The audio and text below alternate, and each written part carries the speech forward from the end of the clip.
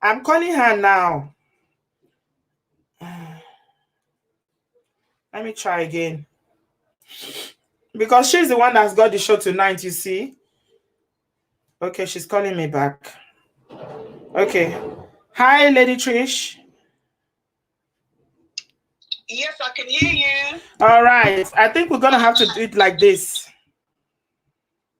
Okay, then. No problem. Okay. You're welcome. Thank you. Thank you, Sister, for having me this evening. It's a shame that the rain has spoilt the whole, face-to-face. But, yeah, let's just get on with it. Yes, absolutely. Yeah. So talk to us. Okay, so you remember when you, I'm glad we're here to speak about this because it's been a long time coming. Yeah. And, you remember after you posted a particular video last year about a lady who discovered that, the man she was dating had lied and he was married with a family abroad. And then other women started coming forward saying, he had deceived them. Do you remember? Yeah, I do. And then I mentioned to you that, this guy has typical traits and signs of a narcissist, and we need to really bring some awareness to our African sisters out there, because, I think a lot of us don't really necessarily know or understand, the narcissistic personality disorder. Yeah. And I think many women also, they do not know that, or recognize what emotional abuse is. So, I'm just so glad that we're here to talk about it properly and just know the signs and the traits, yeah? Yeah. Okay, so just a quick introduction then. So, my name is Lady Trish and I'm based in the UK. I work for myself in recruitment and I'm also a lifestyler, which is a term that I use, meaning that I'm someone who's always looking for ways to style my life, to live happily, to live healthily, prosperous, all those things. And then, and in that process, I think it includes mastering how to dodge toxic people, which is the topic of today. So yes, this is my thing today. Right. So let me just go straight into it, shall I? Yes, please. Okay. So let me just start with a quick disclaimer as well and say to everyone that I'm not a psychiatrist, so I don't claim to be a professional expert on this topic, but the knowledge that I have gained on narcissism comes from my own experience, dealing with both female and male narcissists. But today I think we're gonna focus on male narcissists. So basically, as I was saying, I've also learned from other people's experiences, such as friends, who have dated these type of people or they're married to one.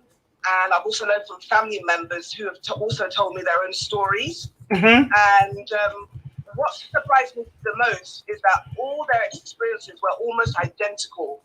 Right. In terms of how much they describe their narcissist behavior, how we tried to control them, the emotional abuse, and sadly the physical abuse. Yeah. Right. And I also discovered that there are possibly different levels to this disorder, where there are people who have mild traits of the disorder, where you can just about tolerate them. And then there are people who display big signs of being a narcissist and therefore, very unpleasant to be around. They're very toxic people. Right. And, and I also want to mention that, from a spiritual point of view, we have to always remember that, the enemy is always trying to distract us. And it is our job to be able to conquer the technique of immediately recognizing something is not right in terms of relationships. Admit to yourself, this person is not telling the truth. This person's a fake. This situation is not comfortable. We have to be able to recognize these signs instantly. Yeah. And we have to learn how to trust and follow our instincts by taking those signs and red flags seriously. Right. Because, I don't know why a lot of us women ignore dangerous signs and we make excuses saying, oh, they'll change. This is how they are. Everything will be okay. But no. A healthy relationship should be mutually beneficial to both parties. A healthy relationship should be mutually beneficial to both parties. Yes. Words on marble. Thank you. Carry on. And Yeah, and if this is not the case, then it is a sign you are likely in a toxic relationship. Right. Okay, so let me start off with what is narcissistic personality disorder. Okay, so it's a mental condition, okay, and what it is it makes people have an exaggerated sense of their own importance. You know, they feel that they are better than everyone, and they have a deep need for excessive attention and admiration from everyone. Excuse me. And basically, their relationships are always troubled. They can be very moody people, and you know, they lack empathy for others. That's a big one. And you know, they portray themselves as very confident people, but deep down they have a very fragile self-esteem, whereby they cannot handle being criticized. Right. Okay. So basically, you know, narcissistic personality disorder causes people like this, you know, many problems in their lives, such as relationships, at work, you know, everywhere. They crave admiration and they feel they deserve people to honor them. And they usually find their relationships unfulfilling. And others usually do not enjoy being around them because they can be quite difficult people to get along with. Yes. Okay. Mm-hmm. And psychologists say that narcissism possibly starts from childhood. So in general, any type of personality disorder is developed over time and through childhood experiences and genetics. Right. So some examples. Some examples can be that the narcissist as a child learned manipulative behavior from his or her parents. Mm-hmm. Yeah. Another example is they were highly praised for good behaviors and also harshly criticized for bad behaviors. Another example could be they may have suffered severe childhood abuse or neglect. Their parents had maybe unrealistic expectations for them, you know, whereby, you know, and also, so when they were growing up as well, maybe some people would focus on their looks, their abilities. Another example could be parents or other family members would always pet them. Yeah. So these examples possibly contributed to the narcissistic behavior, you know, and that's why they behave the way they do, because certain things like that happen in their childhood. Yeah. So let me just, so I'm going to go straight into it now. So these are the 10 typical signs which are red flags to indicate to you that you are dealing with the narcissist. 10. And so as I briefly mentioned earlier, I'm going to refer to the male narcissist. Yeah, I'm going to refer to the male one today, because I'm just going to assume that, you know, there's more women on here than men. So, you know, just talk to my sisters. But yeah, you know, it does refer to both men and women, because there are male and female narcissists. But let's just go with the male narcissist for now, okay? Okay. So number one, narcissists have a very big sense of self-importance. Okay? So they love themselves, and they are very self-centered people and speak about themselves and their achievements all the time, which are sometimes very exaggerated, by the way. They talk big. They have a need of excessive admiration and attention. You know, they like you to stroke their ego all the time. You must compliment them and give them plenty of attention. And some of them, you know, like to fake the big boy lifestyle. They brag. They're boastful. They put others down to make themselves feel on top.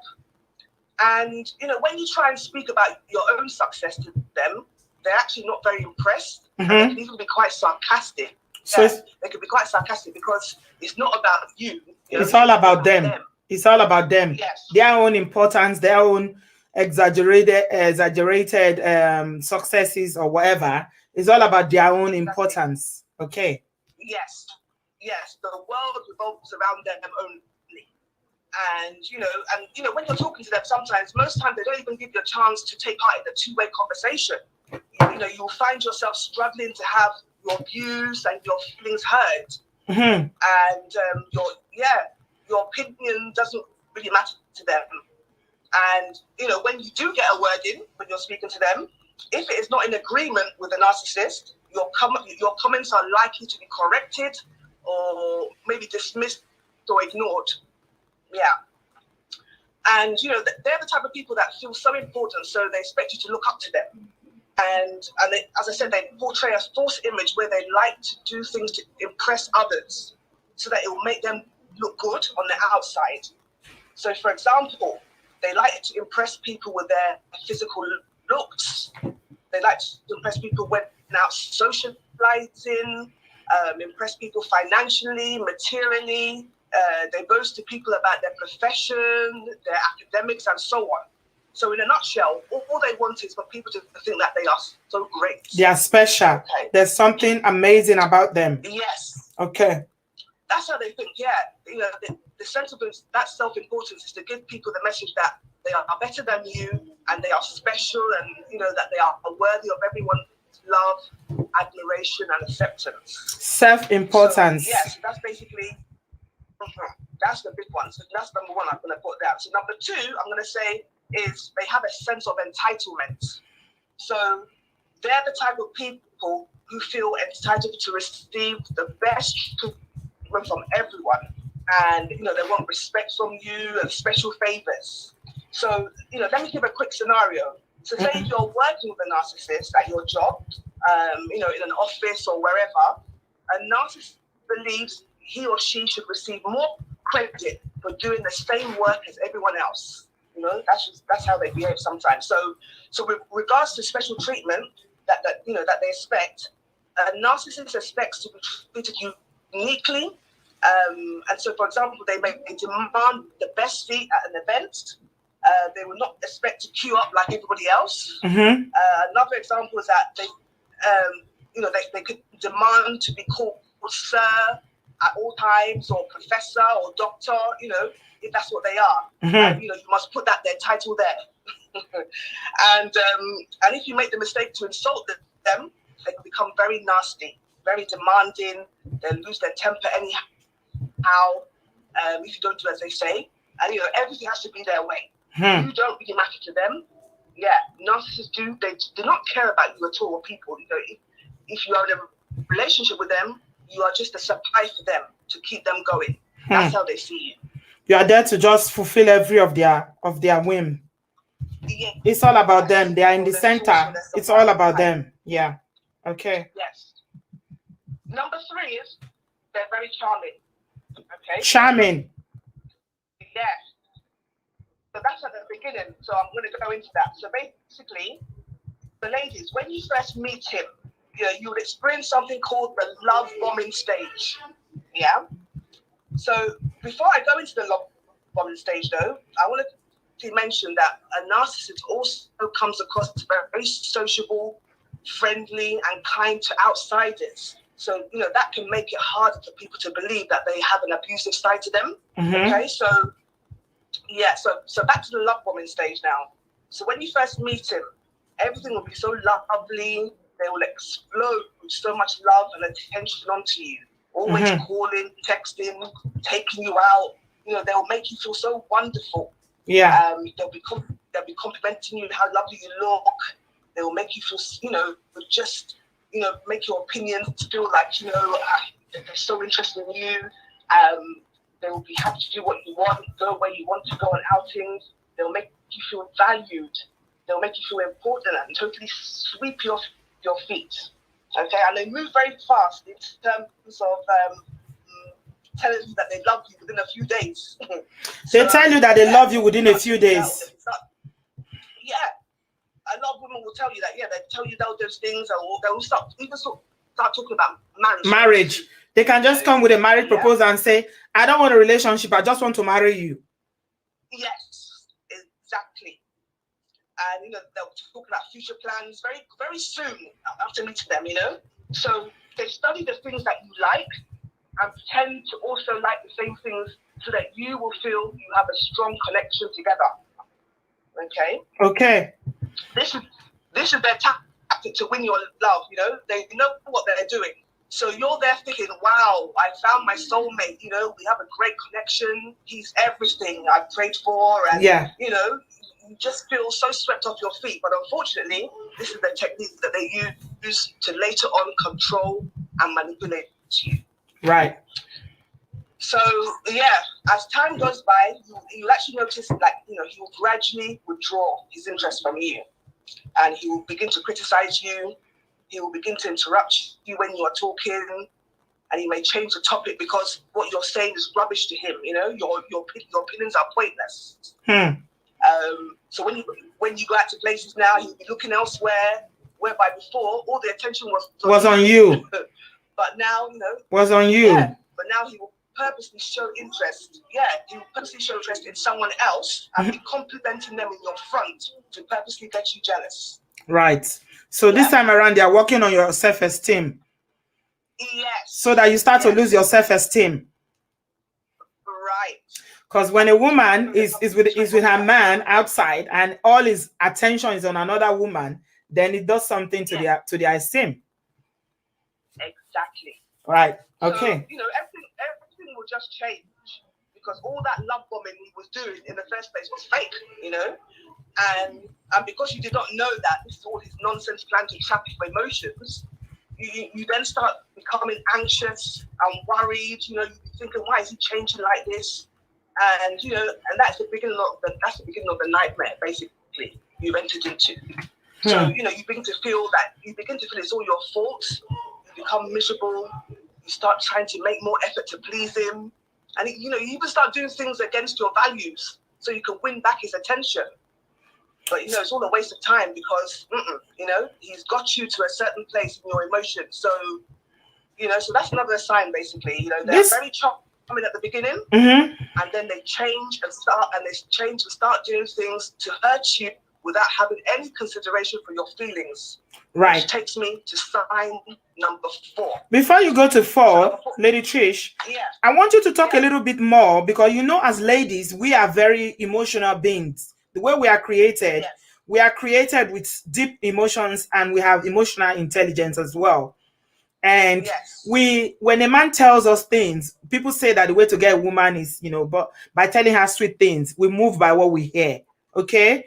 So this falling for love bombing that you talked about, I want you to talk a little bit more about it before you move to the next one. Because as ladies, this is where the average man can get you because he tells you everything you want to hear. He tells you, oh, I'll do this for you. Promises you heaven and earth, even things that in your sixth sense that, oh, it's not likely, this cannot be true. But because he says it, right? And you want to believe it, then you accept it. But deep down that, this thing is not correct. It's lies, basically. So please, can you just expatiate a little bit more on this love bombing thing? Yeah, I mean, as I said, it's always at the beginning, and they could also love on you when they realize that you've had enough of their nonsense and you're going. So they'll come back again and do that love bombing. It's just basically anything that they can do or say to you that will win your heart. Right. All those type of things, taking you out, buying you roses, planning about the future, because at the same time they're studying what the things that you like. And all those things that you like, they'll be doing those things that you like. And they'll say that that's what they like as well. So it's like a form of conditioning whereby, it's a conditioning whereby you give her what she wants, you tell her what she wants, you provide her emotional availability, and, you tell her all this nonsense. And then you start to withdraw it. And then they start to withdraw it from you. Yes, that is their tactic. They want to get you into that stage where you are so... over, what's the word? Or maybe obsessed with them. Attached to them. Yeah. Yes, attached to them. And you just feel, this is my soulmate. Wow, this is the man God has sent me. I've been praying for. And this is exactly, this is their tactic, as I said. They do it very well to the point where you just don't see it coming, to be honest with you. Yeah, it's very subtle. It's very subtle. Changes. Yes. Right. And then he'll just change all of a sudden, and then you'll be so confused, thinking, what happened? What have I done? He used to always listen to me when I was talking, we used to be so lovely. He would take me everywhere. We had a good conversation, and the compliments will stop. Everything will just stop. He will just change all of a sudden, and you were just left, hanging. You just be left hanging, emotionally dry, and, like you want more. It's like somebody that has been on drugs and they're on this high. All of a sudden, you withdraw it. It could kill them. It could. That's an excellent definition. Yeah, they're on a high, and all of a sudden, bam, you're on a low again, and you're just down in the dumps. You're just like confused, you know. Okay. So yeah, that love woman stage is a very favorite one that they do, because they have to win your attention very well, and it depends on the different types of narcissists, because some of them are very smooth that you won't even know until later on in the relationship that you wouldn't even know that they're a narcissist. But I'm going to go on to that later on. Okay, thank you. Okay, so number 4, I would say, is they lack empathy. And what I'm going to do is I'm going to also touch on their cheating, because it kind of like ties in with the lacking of empathy. So the word empathy means the ability to understand how people are feeling. But narcissists, they totally lack empathy. They do not understand your feelings, they're not interested, and they clearly do not care if they offend you.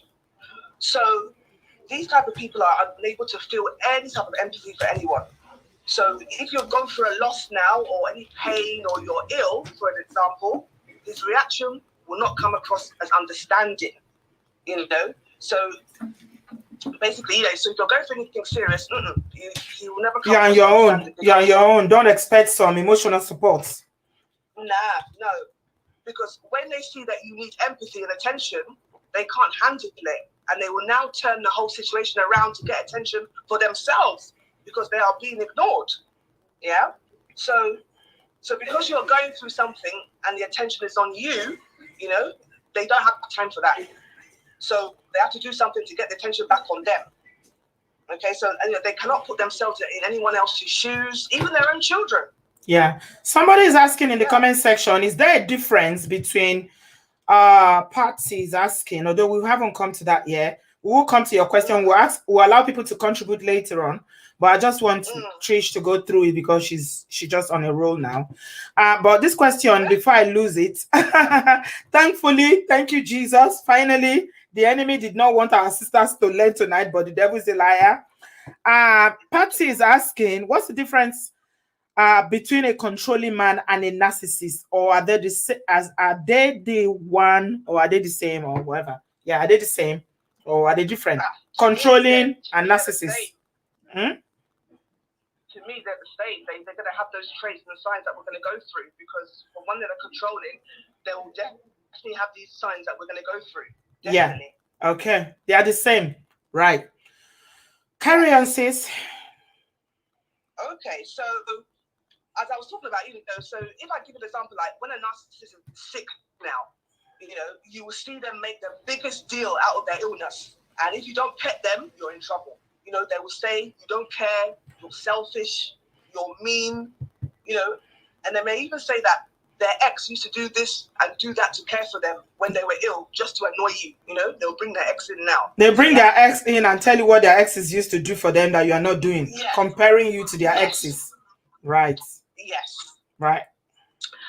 Another example is that when you argue with them for their wrongdoing, or you break up with them, you will see how they will be very insensitive to your feelings and verbally abuse you with the most hurtful words.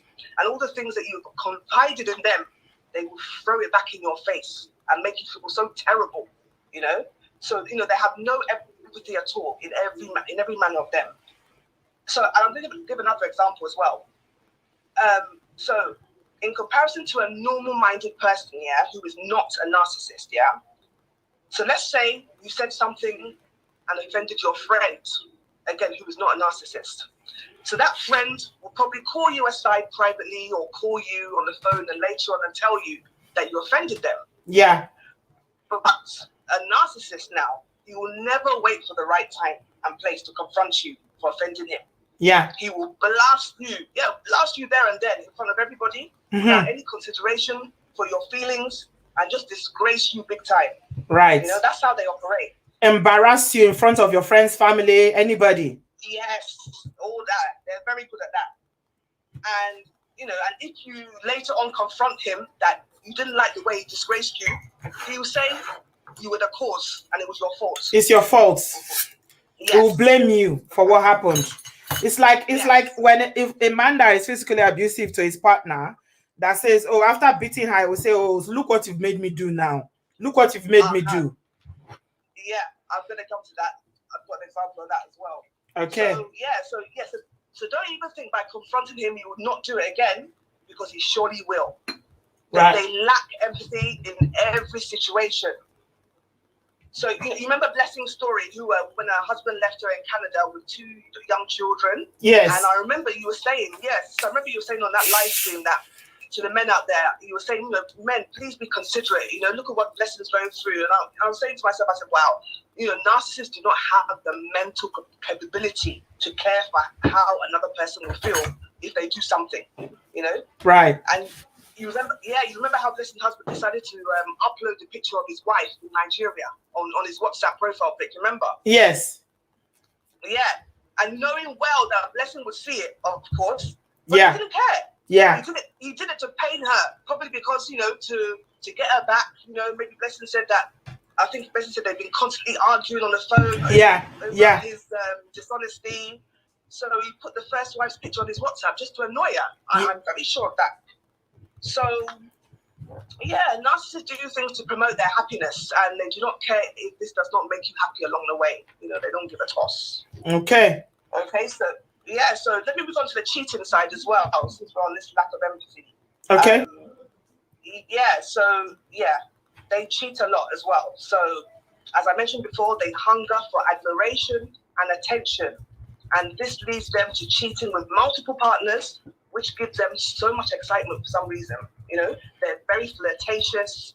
You may notice little things like they're always online on WhatsApp. I don't know if some on their phone, always on their phone. Whenever, even when they are home or you're together, they are not really there because they are always busy talking to someone on the phone, chatting on social media, never really present. I know somebody in that situation right now, and she's one of the ladies that have come forward for this show that we are arranging. This is exactly what she's told me. Right. Yeah. So they're always, and if you question them, every time you're always on WhatsApp, you're always online, they'll lie and say it's to do with work or business or whatever, But they're actually, chatting obviously with other women, and they're cheating with most of the time,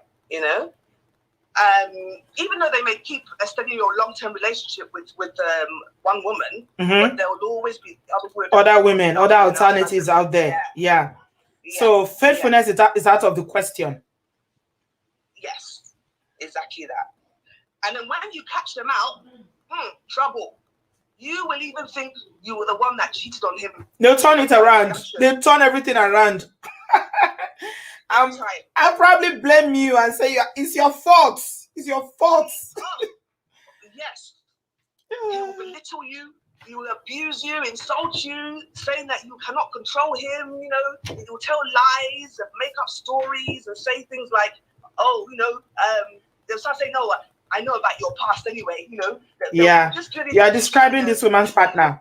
Yeah, she told me that he said to her, "Who's going to marry you? Oh, if I drop you, who is going to pick you? I'm the only one that can pick you. Nobody will touch you. You've got 4 kids. Nobody will want you.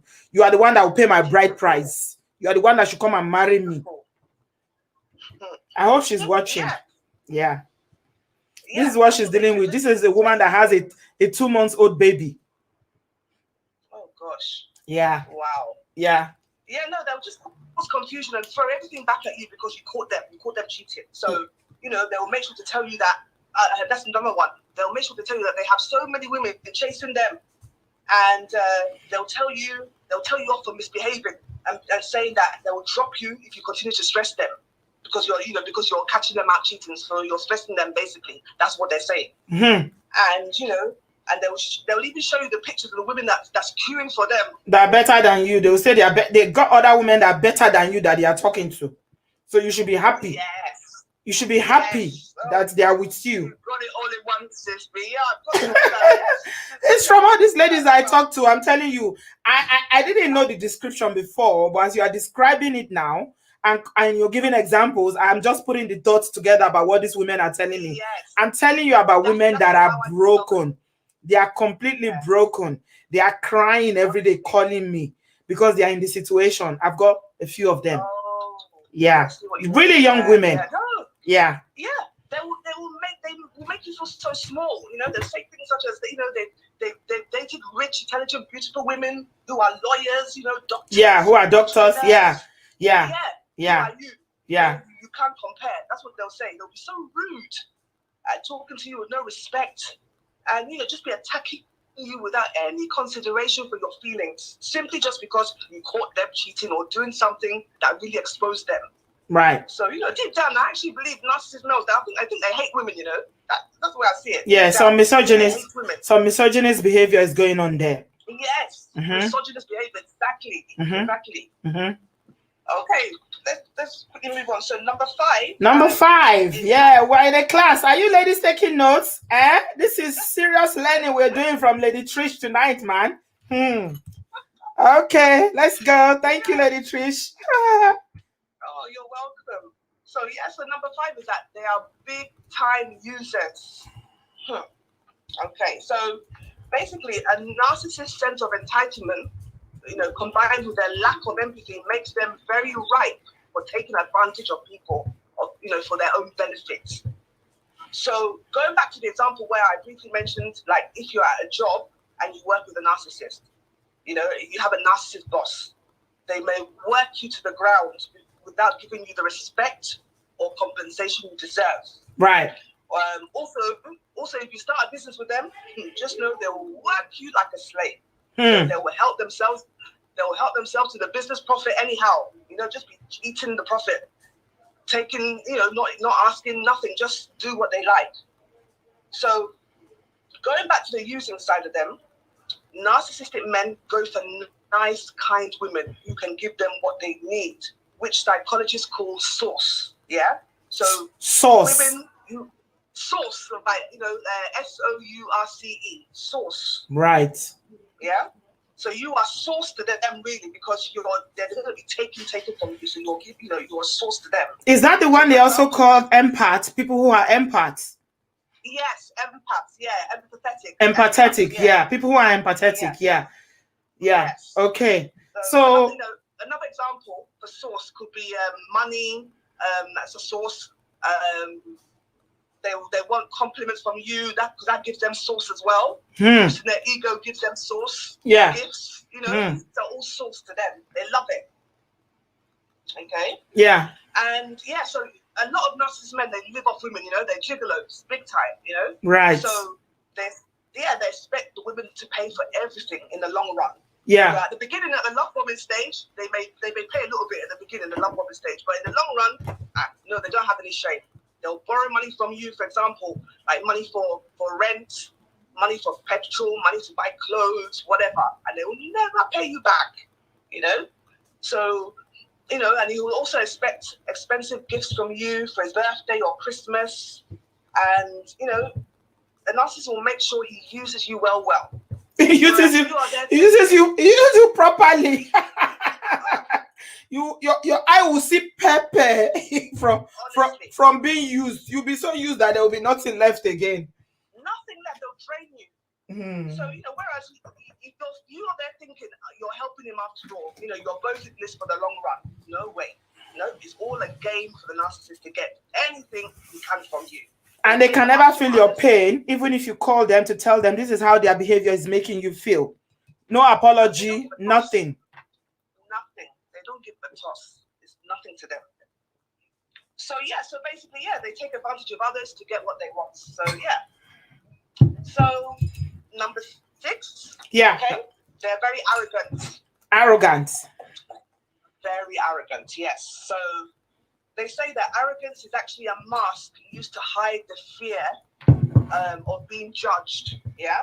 So for a narcissist, it could be the case, for example, where when he was a child, he was always criticized and regularly compared to his more successful siblings. So, and as a result, he became highly motivated to perform well in order to be loved. Right. Okay, so for a narcissist, being judged and criticized is extremely painful for them. You know, they can't handle it, and they will attack you verbally as a first response to what they have, to what you have told them. You know, and obviously it can be physical as well. So they find it hard to follow simple rules if it does not suit them. they feel that they have the authority over most things and that they are above the law. Okay, and so because they've already seen themselves as superior to others, they may become abusive when they don't receive the treatment they think that they deserve. Right. Yeah, so they become arrogant, and they may speak or act rudely toward those who challenge them, or to those who he believes are inferior to them. So, as I mentioned before, narcissists have a very big ego and a sense of superiority. So, so basically, they insist on having the best of everything, the best car, the best office, the best designer clothes. They look down on people and prefer to only associate with those they think are equally special, successful, and talented. So, that was something I got some of my research. So, another thing is that to a narcissist, there's no difference to them if they are loved or hated by people. Yeah. They don't care what people think about them or what people say about them. They don't care. Yeah. They don't care because to them, it's all about the attention that they can get. So even hateful attention, they love it. They live for this. And if they do not receive the right attention, they become very arrogant as well. So they just need you to focus on them, and so that they can give it back to you if they don't like what you're saying, or they'll just take it. If they like what you're saying, they'll love it. They'll just absorb it. So that validation of your attention is very important to them. Very important. It's like it's like the air they breathe. Yes, admiration and attention. They hunger for that all the time. They need to be liked, to be admired. Yes. Right. Their ego to be boosted. They love compliments.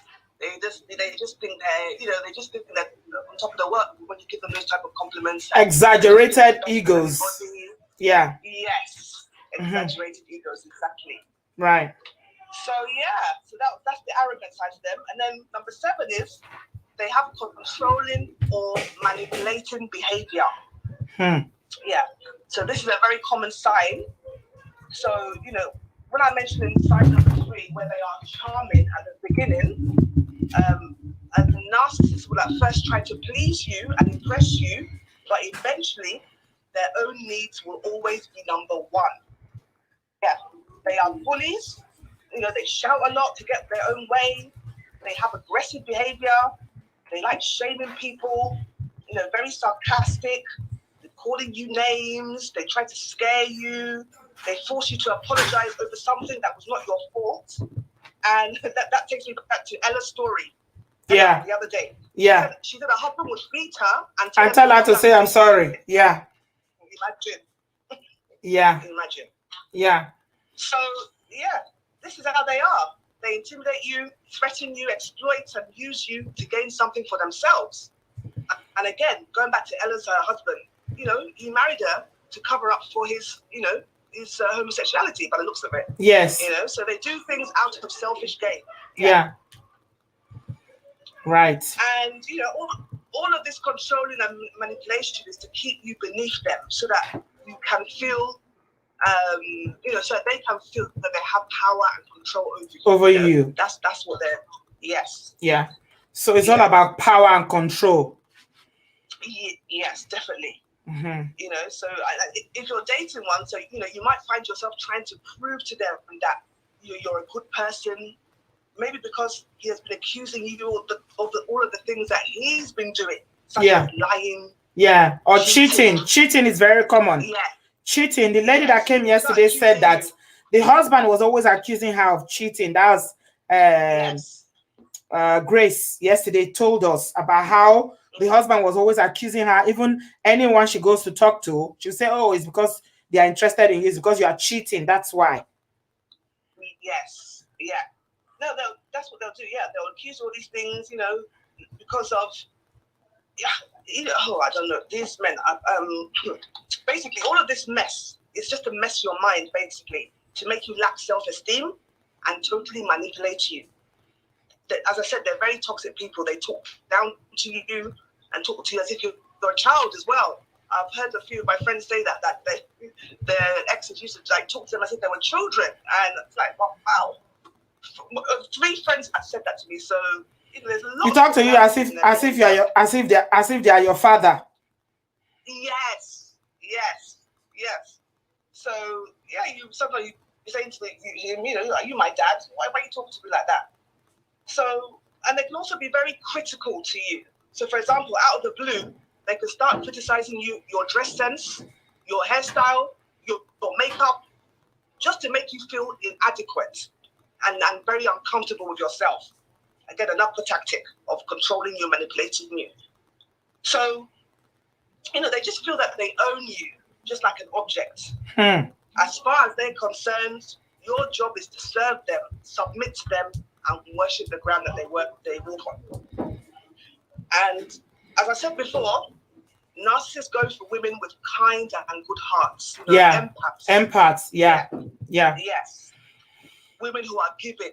Because the narcissist knows, because he knows he has a good chance of manipulating and deceiving you if you are a gentle woman. Yeah, and women with women who don't have strong personalities as well. Because if you have a very strong personality and you consider yourself like I do as an alpha female, they won't come for me because I will put them in their place straight. They will just see me and run. He will run if he sees me. If we sit down and have a conversation for 5 minutes, we'll say, this one, no. She know too much. She too why? That's just because I was raised like that. That's the way my mom raised me. So no.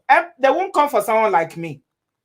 But you see those ones that are very quiet, personality very mild, the ones that will want to please and not so assertive and not so sure about taking a position or always want to follow.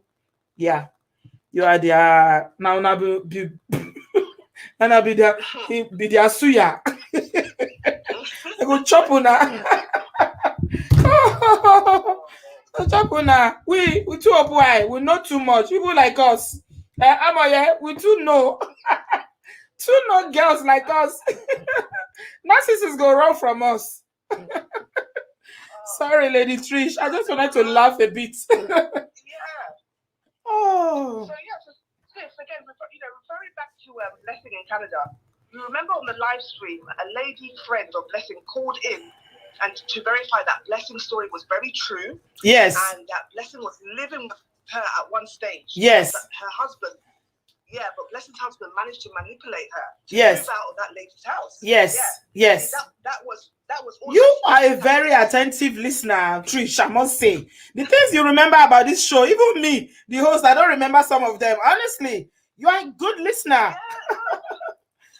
Because it all boils down that these men, they all have the same traits, and this is how they behave. So like when I hear all this, I'm like, oh my God, look at that, another one, another narcissist, another one. So I'll just be like shaking my head thinking, wow, they're really out there. So I've got other examples as well from all the shows I'm listening to. So that's why I said, let me just put those examples together so that we can actually. Yes, absolutely. Yeah, I just want to interject before you carry on, Lady Trish, that with everything we've heard so far, she's not done yet. I just want to encourage you parents out there, both men and women. It's very important for us to take away from today. I put Lady Trish's picture because internet does not want us to see her. That's Lady Trish. The lady that is talking to us, that's Lady Trish on the picture. I decided to put it so that you can see who is talking to you. She's very British. It's spree. So it is very important for us to take away for us as women. If you are a mother or a father, as much as we are talking about male narcissist behavior today, some women are narcissists too. They are of both gender, okay? But we are talking about males today because there are more women here. So we want to teach women how to identify that. Right. What I really want you guys to take away going forward tonight is we need to raise our daughters. And we need to raise our children to be strong. Don't raise your children to bow their head. Please. Yeah. Raise children who've got, even if they are quiet, meek children, give them confidence. That's right. Let them have a strong personality to be able to say no without being ashamed. To be able to, as Nigerians will say, treat any fuck up without being ashamed of anything, because someone like me, I don't know. It's very, very important that we take that away from here, that we don't raise our children to say, oh, don't talk when a man is talking. Oh, a man is always right. I know, no. I mean, that is just not right. Okay. Carry on, sis. Totally agree. Okay, so we're on number 8 now, which is they are experts at gaslighting you. Experts at gaslighting. Number 8. Yes. So gaslighting is where a person drives confusion and anxiety into you. Can you repeat that, please? Yeah. So gaslighting is where a person drives confusion and anxiety into you, so that you will begin to create doubts around memories of something that you know did or did not happen. Okay? So a narcissist can gaslight you so much to the point where you start to question your sanity and ask yourself, am I going mad? You know, I'm sure he said this, or I'm sure he did that, but he will totally deny it. You know, that is just a technique that they use a lot. Yeah. Their aim is to make you feel mentally unstable. So, for example, if you confront a narcissist with something negative that they did, they will refuse to admit anything, and they will give you endless examples of how you are wrong, no matter what evidence that you offer. Yeah, they will find a way to just say, no, you got it all wrong. I didn't do this, I didn't do that. Unless you catch them in the act, yeah. But even though they'll try and say something, they'll just probably say it's all your fault anyway. Yes. But yeah. So nothing is never their fault. It's always your fault. Okay? Right. So, for example, if you accuse them of lying or cheating, they will respond with something like, oh, you have low self-esteem. That's why you're always suspected. You know? Right. That kind of a thing they'll say. And, you know, talking about them being faultless, you know, with no fault at all, when you ask them about their former relationship and why it did not work out, they're never to blame for the breakup. No. So, yeah, so when I spoke to some survivors, the excuses that they told me was that he said the ex-woman cheated on him, that's why he left, or the ex-woman scammed him, that's another one, or the ex-woman was a witch and was trying to kill him. You know, there's always a story indicating that it wasn't his fault. It's just unfortunate that these women are always demons. Yes. That's how they see it, you know, because they're faultless. Everything they do is perfect, so it's always the woman's fault. So yeah, so that was that one. So that's basically for the gaslighting side, right? And number 9 is they escape responsibility and accountability. That's part of the sign and a trait about them. So, you know, the only time a narcissist will happily take responsibility and accountability is only for the things that seem worthy to them. So, you know, especially when it gives them the chance to be the center of attention. Okay? So, for example, being a nominated spokesperson, or being the lead contact for a project, or chairman of a community association, you know, anything that will make them look big, they're happy. So,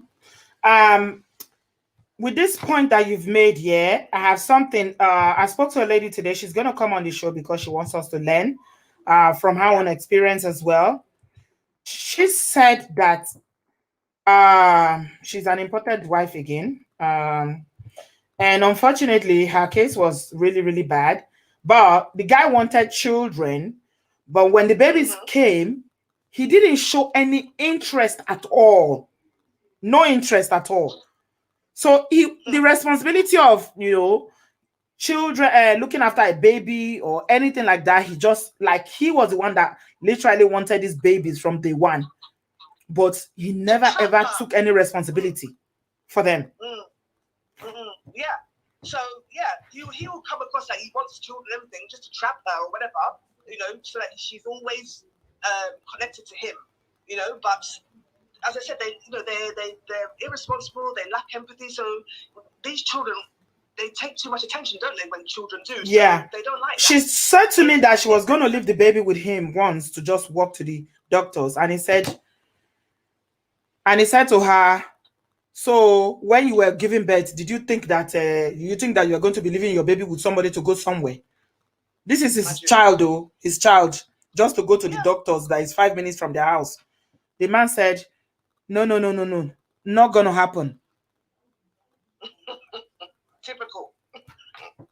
Right. That doesn't surprise me one bit. So, well, I'm just saying all these examples so that people will know that it's not like we are bashing anybody. We are not bashing men. These are typical. I like what JR said here, that these are a result of very poor upbringing and, damaged people who are now, they are us now, in quotes, us. And unfortunately, if care is not taken, they are damaging the next generation as well. Exactly, yeah. Because sometimes with these people who are narcissists, their parents were narcissists as well. So it's like a cycle. Yeah. They learn manipulative behavior, all those things that I mentioned in the beginning. It's a cycle, deadly cycle. So another thing as well. If you try to place too much responsibility on them, they will accuse you of trying to control them. That's their excuse to say, I don't want responsibility. You're trying to control me, blah blah blah, and they regularly break rules as well. They break promises. They tell lies. They expect you to lie for them to get them out of a certain situation. They're aggressive. They have abusive behavior, as I said, and they're quite childish as well. So another thing is they hardly ever admit to their mistakes and apologize. No apology. No apology today. Come back tomorrow. They're always right. They can never ever apologize for anything at all. And if they do apologize to you, it's probably because they know they have really overstepped the line. And they fear that they're going to lose you forever.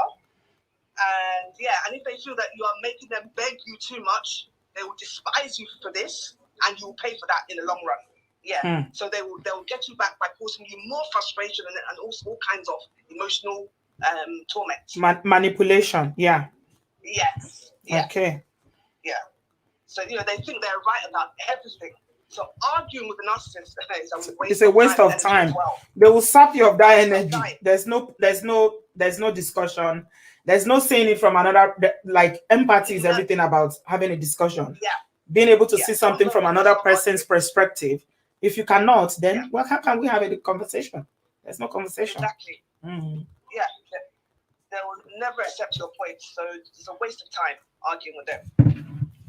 Right. And number 10 is they have a fear of rejection and being mocked. Okay, so narcissists, they're actually afraid of being laughed at or rejected or seen as wrong. Yeah. So they also fear any true intimacy or being vulnerable because they're afraid you'll see their faults and weaknesses and then judge or reject them. Okay, so no amount of reassurance will make a difference to them because narcissists actually deeply hate and reject their own shameful imperfections. Yeah, they know what they do. They know that they're not perfect. Obviously, nobody's perfect, but they know mainly that they have a lot of faults. And so basically, they never develop trust in the love of others. And they continually test you with their nonsense behavior to try and find your breaking point. Yeah. So somebody said in the comment that I know one that won't even hold his baby for 10 minutes so that the wife can bait. She will have to sit the baby in the bathroom while baiting. Yeah. Okay. Not surprising. Okay. So but the crazy thing about it is that deep down, narcissists are actually terrified of you discovering what they are doing and fear that you will abandon them, obviously.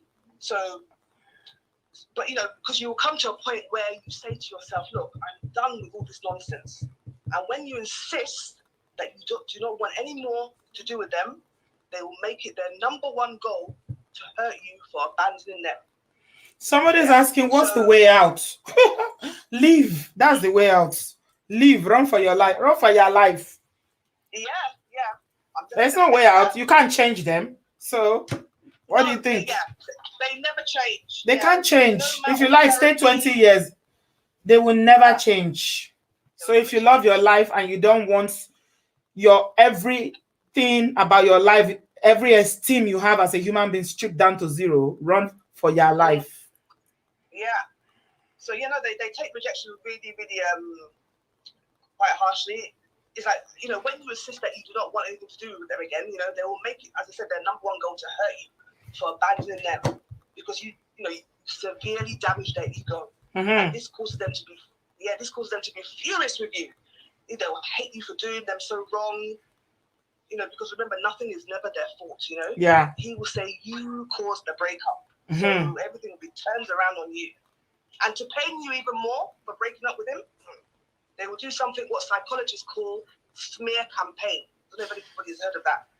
Which means basically they will badmouth you to everybody, tell all kinds of lies against you, you know? Because at the end of the day, their reputation is very important to them. And, you know, they will not let you or anyone or anything interfere with their fake integrity. So, yeah, they will definitely smear your name if you try anything like that. So, yeah. I think I've heard of somebody on one of your live streams say that, you know, I can't remember who it was now, but yeah, the person went and told them. I think actually it was that the lady last year, the guy had a family in Canada or something. He really badmouthed her to everybody. Yeah. Probably don't remember. Yeah. So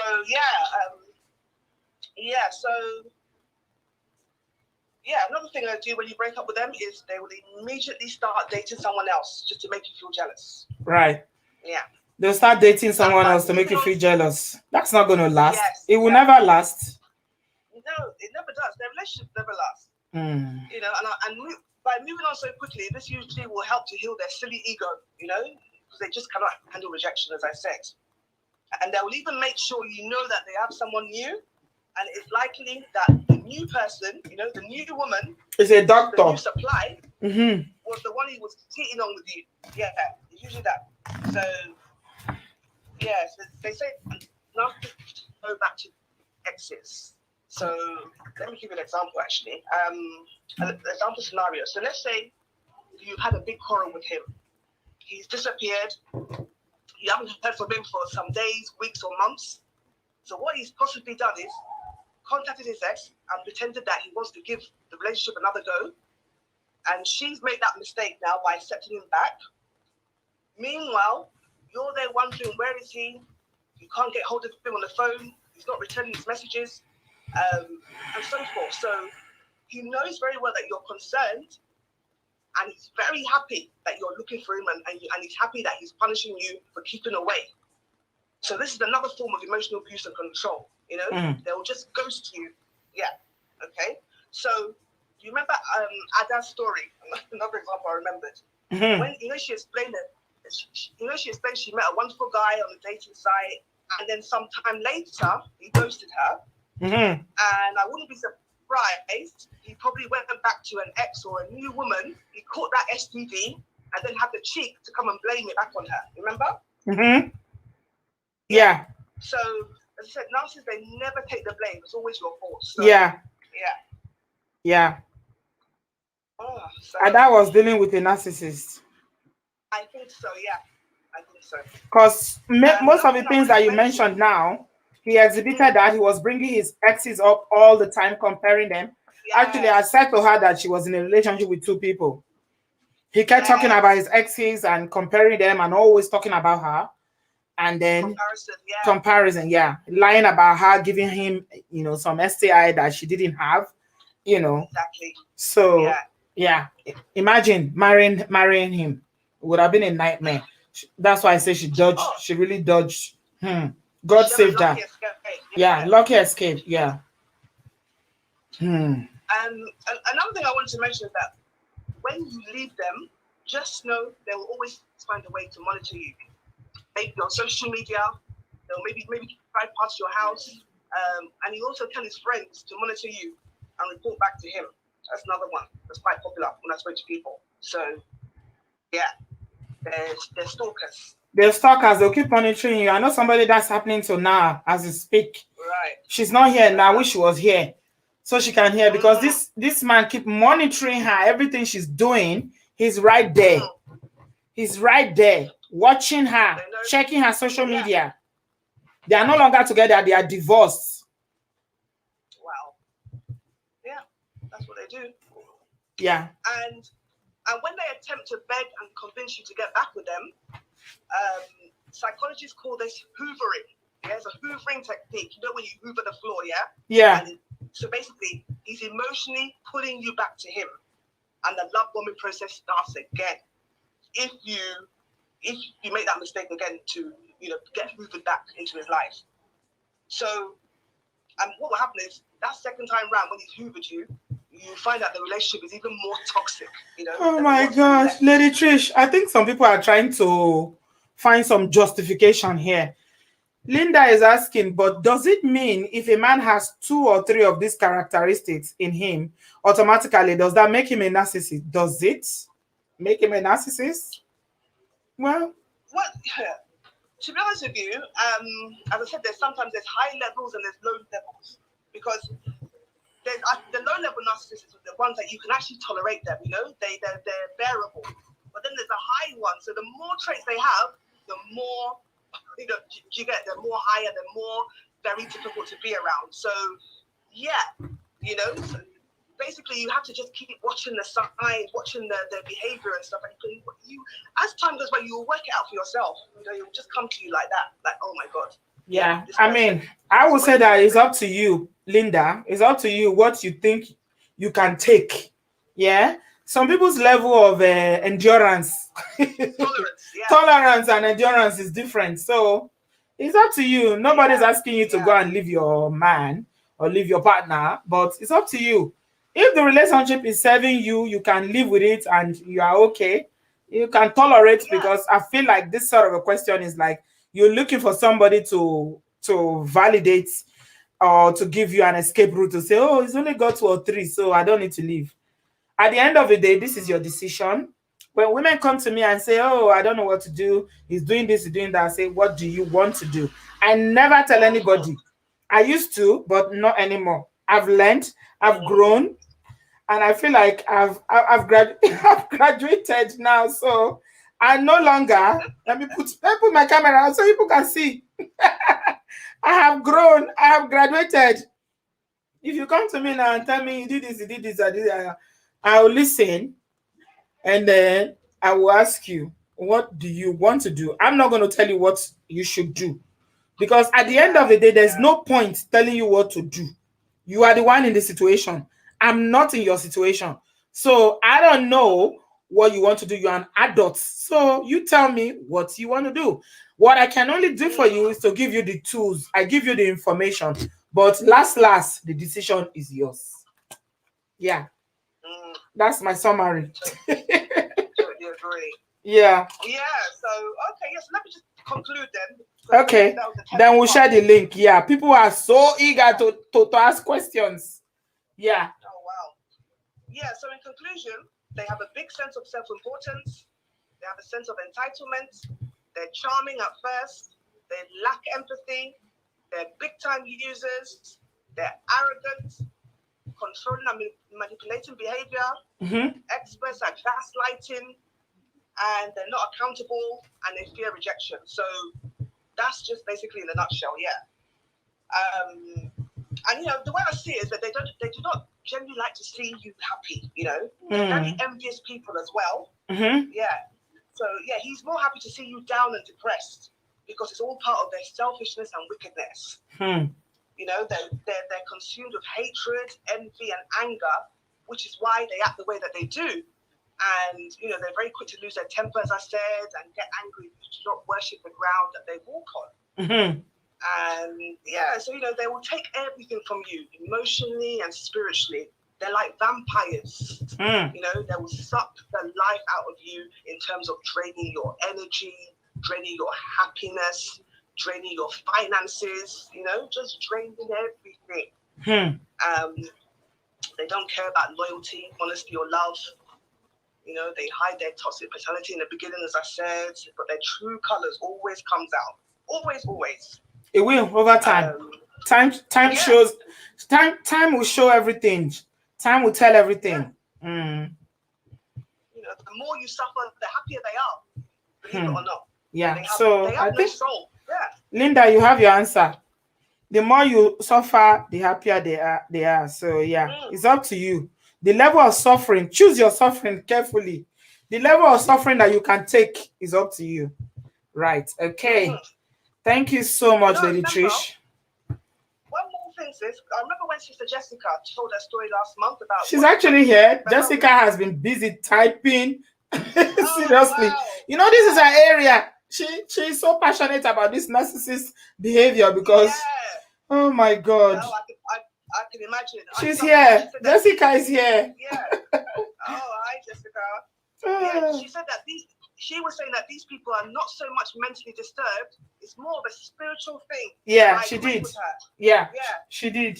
You know, because there's so many videos online regarding this topic. And when I watch some of these videos, I noticed in the comment section that a lot of the survivors kept on saying one thing in common, and that was that these narcissistic people are demons. Yeah, you know? Yeah. Jessica said something, that she believes that he's got a spirit, that his eyes used to change, like he's like, you know, changing like you like he's a snake or something. Exactly. Yeah, it's a spiritual issue. Yeah. Demonic. There's nothing in this world that is not spiritual, to be honest. Everything in this world starts from the spirit. That's for those who believe. When they really lose their temper, you see this odd rage in their eyes. Their eyes will go red with evil. You know, it looks very spooky, to be honest with you. You know, so yeah, they're very delusional and damaged people. You know, so yeah, I know a lot of women have gone through. So you know, there's so much women, so much self-esteem, and as a result of knowing these type of people. Yeah, and their minds have been controlled for months, years, decades. And you know, there's a law here in the UK. Is it coercive control? Yeah. Literally, that's what it's all about. Yeah, there's a law. So basically, it protects victims who suffered from extreme psychological and emotional abuse. but the thing that I find is that to prove coercion and control is really, really difficult. Yeah. It is only the abuser that understands it. You can't prove it. Very, very difficult to prove that you are being controlled, or, you know, you are experiencing that kind of emotional abuse. Is the worst kind of abuse that you can't have any evidence. If it's physical, you've got your bruises, you take pictures, whatever. But emotional abuse, psychological abuse, if it's financial, you go and print your bank statement or whatever, credit card statement. Psychological and emotional abuse, no evidence. It's subtle, but it's the worst killer. It will be killing you bit by bit. The lady that came yesterday, Grace, was saying how she will stand in the bus stop. Buses will be passing. She will not know. She will not. She's not even there. She's standing there. The buses will be passing. And 3 will pass. She doesn't even know that the bus has passed because she's there physically, but mentally she's not there. Yeah. So, thank you so much, Lady Trish. We're going to invite people to come into the studio now. I've got someone already. Okay, right. Yeah, so that they can speak to us. I believe, is it R? R is in the studio. Hello, R. Hello. Hi, R. You're welcome. Hi, Auntie V. It's been, I can't even believe I'm on this platform, really. I've been listening to your channel for so long. And I was just, I just typed a message very briefly now to say that I'd also been through very similar experiences. In fact, my own case was more of a near-death experience.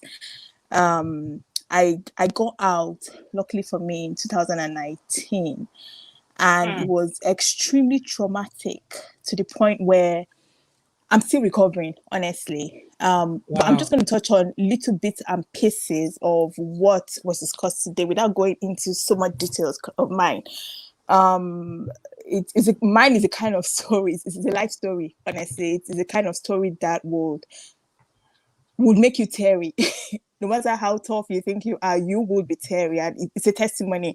But you know, I'm just not ready to go into details now, because it's just very fresh. It's fresh, yeah. But some of this, I definitely would come on maybe, you know, sometime, you know, in future, probably to talk about it, you know, just so that, you know, people learn, you know, from the mistakes I made, and you know, to be wiser in making decisions. But going back now to the narcissist behavior, I married a typical, when I tell you, a typical narcissist to the core. And I understand what has been discussed today. What has been discussed today looks sounds more like a textbook narcissist. My own experience was a little bit. It was a narcissist with a bit of a twitch, if that makes sense.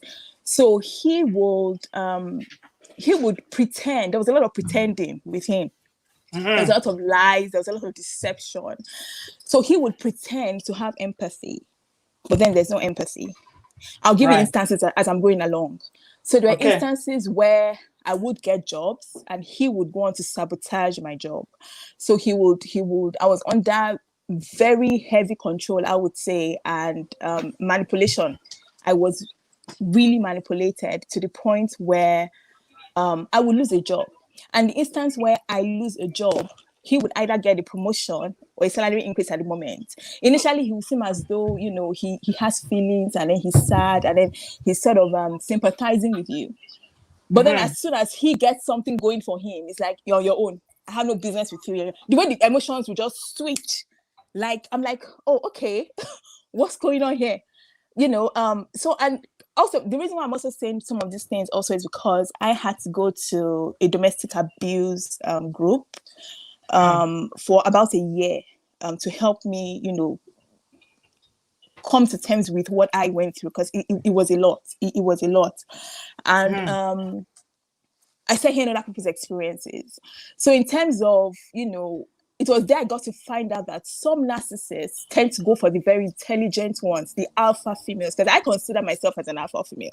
And really? That's what, in fact, yes. I was saying before that they will not come for people like us. No, that's not true. Because that's one of the things that beat me so bad, and I just couldn't get, you know, off my head was, how did I fall victim? Why was I so stupid to fall victim of this? And sometimes I still think about it and it makes me cry so hard. Sometimes I feel, you know, I'm still getting over, you know, the situation of what happened to me. It was highly traumatic. And they tend to go for the, and that's why I said narcissists with a twitch, you know, they tend to, some of them tend to go for the very highly intelligent, the alpha females. Because for them, it's more like a trophy. It's more like a trophy at the end. So it's like, oh, I meet this lady. She's up there. She's high there. I'm able to break her down to nothing, emotionally, mentally, physically, to nothing. And then when all is all said and done, they feel like they've achieved something that most people in their category could not have done. So it's an achievement. It's an achievement for them.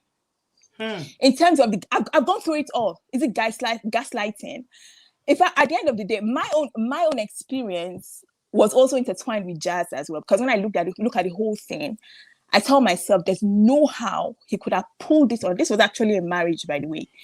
He could have pulled this off for 8 years without and getting away with it. My breaking point was when I heard him say incantations. Woo! Yes. No. Okay. Yes. That was my breaking. I heard him say incantations.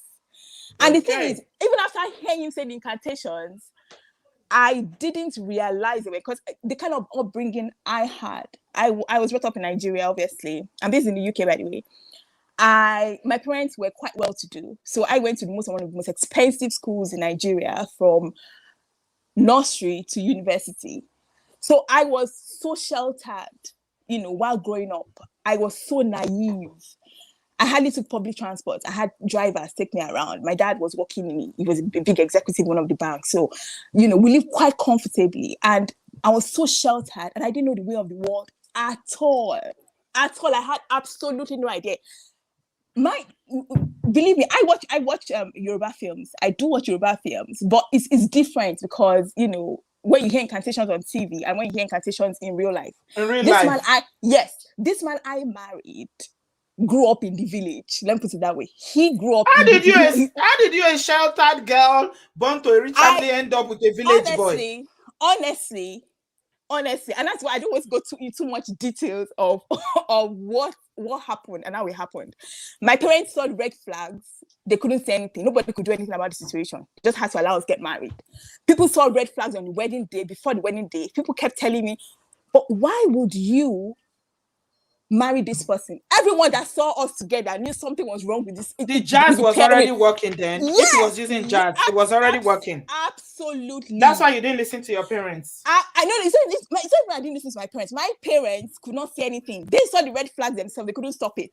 That's a success story in Canada. It's exactly the same thing. Absolutely. Did you listen to that story? That's what happened. Yes. Her parents too. Yes. Her parents said you cannot marry this man. The man came. They fell in love with the man. Yes, absolutely. In my own case, my father saw signs, red flags. I had friends as well who saw things. Nobody could talk. Nobody could chat because the forces that were working spiritually was higher than every other person else. So nobody could say anything. Nobody could do anything. I couldn't do anything. There are times when I was crying so badly and there was no reason why. There was nothing I could pinpoint to say, this is the reason why I'm crying. I knew it's about the relationship. Something was telling me, no, you cannot do this. But I couldn't control it. It's like I was almost mourning for what I was about to endure without even knowing what was going on. And without putting or pinpointing, what the situation or problem exactly was. But, without even diving in too much, just focusing now on the narcissistic behavior, I would say, in terms of the gaslighting, there are situations where I went through real life experiences, memories, and he would deny it outright to the point where all of my money, I would give it to him, and I would tell him that I didn't even trust myself with anything. And whatever you say is probably what exactly happened, because it seems like something is wrong with me. And I started questioning myself and wondering, thinking to myself, am I okay? But I'm sure this thing happened. But he said it didn't happen. So maybe something is wrong with me. He convinced you. He convinced you. Auntie B, if I tell you when I tell you mine was a life-threatening experience to the point where I was bedbound for 8 years of our marriage. I was diagnosed with fibromyalgia. I was on medication throughout. Brushing. Yes. It was that bad. It was a near death experience for me. Yes. Did he not love you? Why? I mean, what happened? Love. It's a very deep story, honestly. And I know one day, as time goes on, I'll probably come in and then, share my experience as to what happened. But the control was also there as well. So he would control finances. I wasn't even allowed to work. I wasn't allowed to work. I wasn't allowed to earn money. And any little money I earned, he will take it. It was going straight to his account. It was going straight to his account. And then he would give me money back to say, okay, this is your this your money for feeding peanuts, more or less.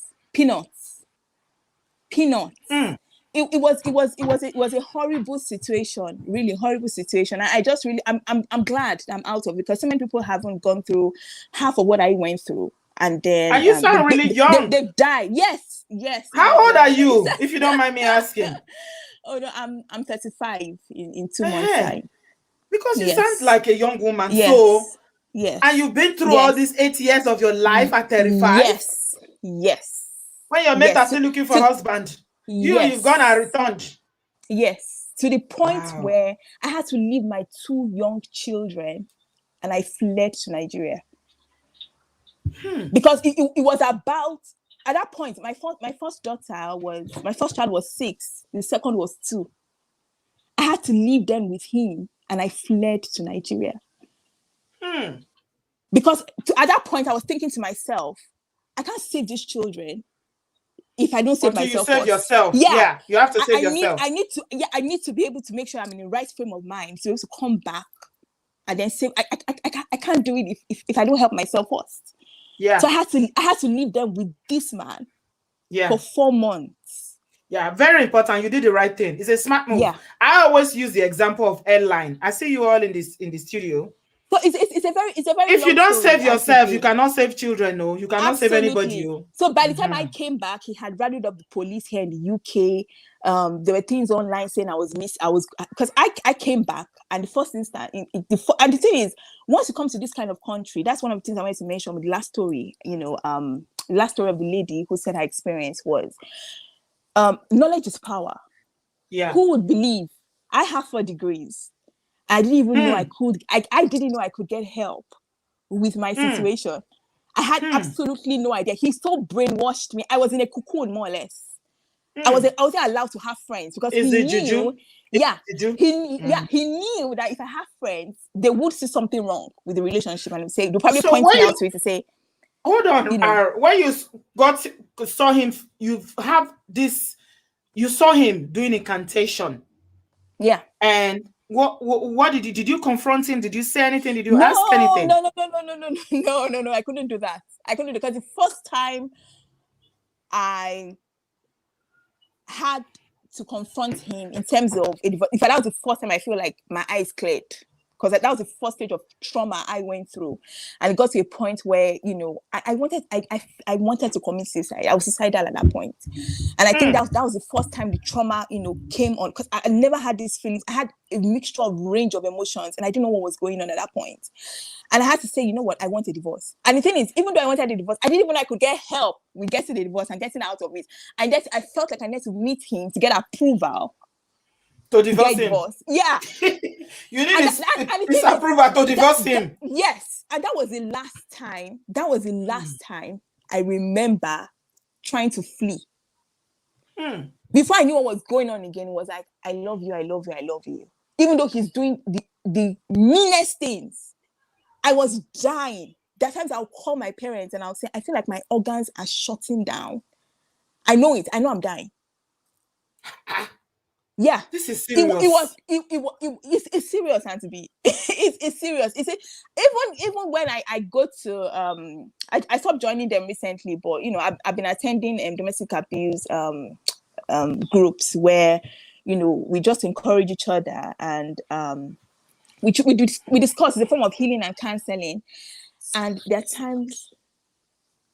times when I say these things and, you know, they cry. There are times when they really shed. Your own is severe. British people shedding tears, because it's a, and the thing is, when I say these things at times, I say it, you know, how I feel, and not necessarily because of no, sure. I'm just saying how I feel, and I'm saying what I went through. You know, how did you get out? Lastly, let's ask you, because I've got so many people waiting, but your story is so captivating. How did you get out? I know.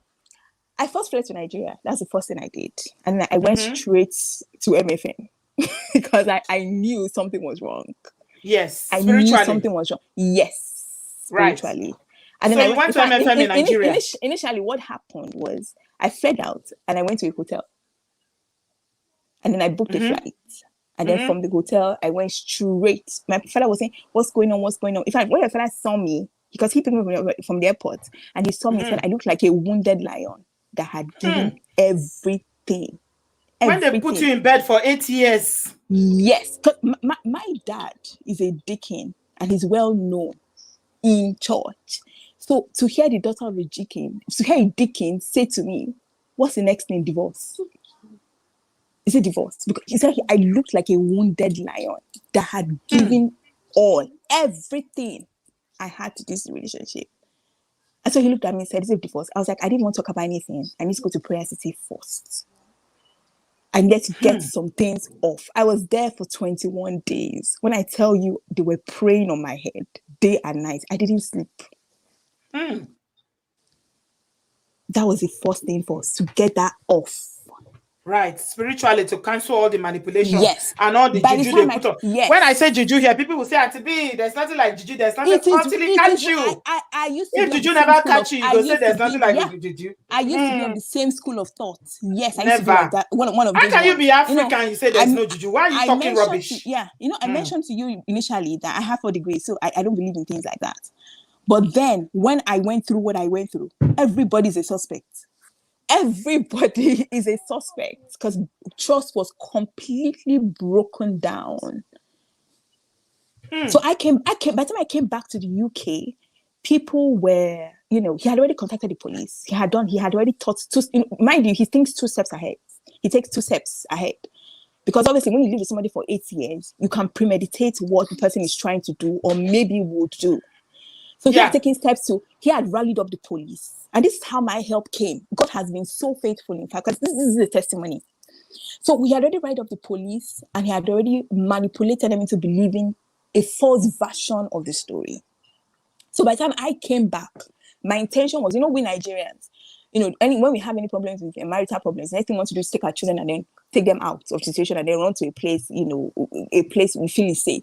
And that's what I tried to do initially. I didn't even know there was anything like help or refuge or anything, because I had to deal with all of that when I came back. So when I came back, I already planned with a friend who I already organized to take the children out of. So this man had already gotten a nanny, more or less, to take care of the children while he went to work. So I came back in. I took my children out, and then I went to meet this friend. Before I knew what was going on, mind you, this man was earning well. All this while I was sick, and he earns close to 120K per annum. So money wasn't even an issue with the marriage at all. So before I could even go to the friend's house, he had rallied up. He'd gone to the courts. He got a non-molestation order. He got prohibited sex order. Yeah. You that was banned for 8 years. You are molesting somebody. He said I tried to harass him. I tried to beat him up. All sorts of things. Now this is tricky. This is a funny bit. The police had to respond. They came into the room. They said, I adopted the children to get me away. So just fast forward. They came in, and then I don't know what happened. Obviously, I wasn't there. So I got a court order, more or less, saying I should return the children back. In fact, he was calling them up to arrest me.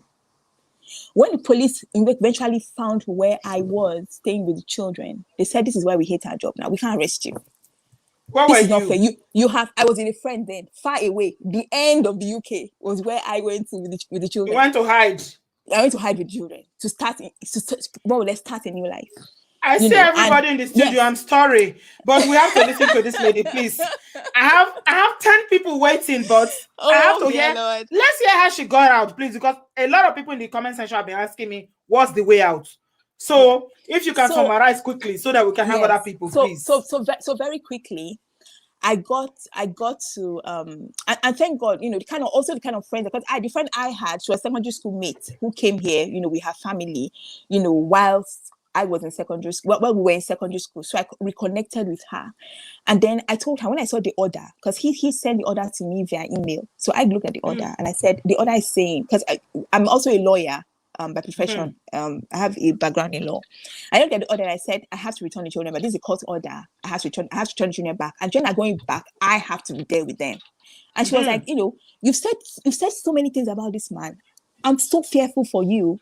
I cannot allow you go back. Still, I was still in shock and trauma during all of this period. And she said, I cannot allow you go back. And she took the phone and phoned the police herself and said, you need to speak to the police right now. I cannot allow you go back with the children. I know what the court order says, but you can't go back. And then I called the police.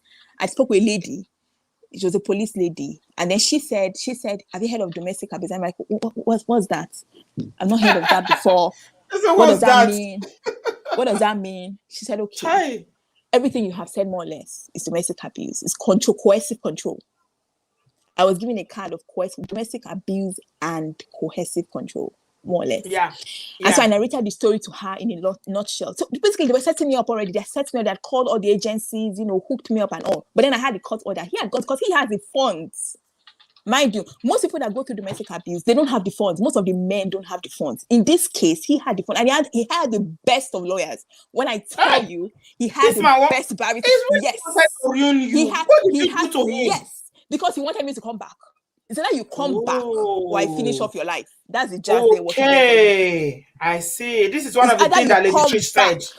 Yes, it's either you come back or you lose the children to me. And so he got the best of the best. And this is where the UK rose up, the police rose up. When they saw me, they came, he called them, he told them to arrest me, to get me arrested. They came, they saw me, they saw I was traumatized, more or less. It was the policemen that were packing the things of the children. Because I couldn't do anything. I was broken. And I said, at least let me follow you in the van to the police station, to wherever you're taking the children. They said, it's a court order. He needs to come and pick up the children. I said, lady, you have to stay here now. Because at the point where you have to follow us into this van and to the police station, we would have to arrest you. So just stay back. I stayed back. And in 2 days' time, I found myself back again to that house. To his house.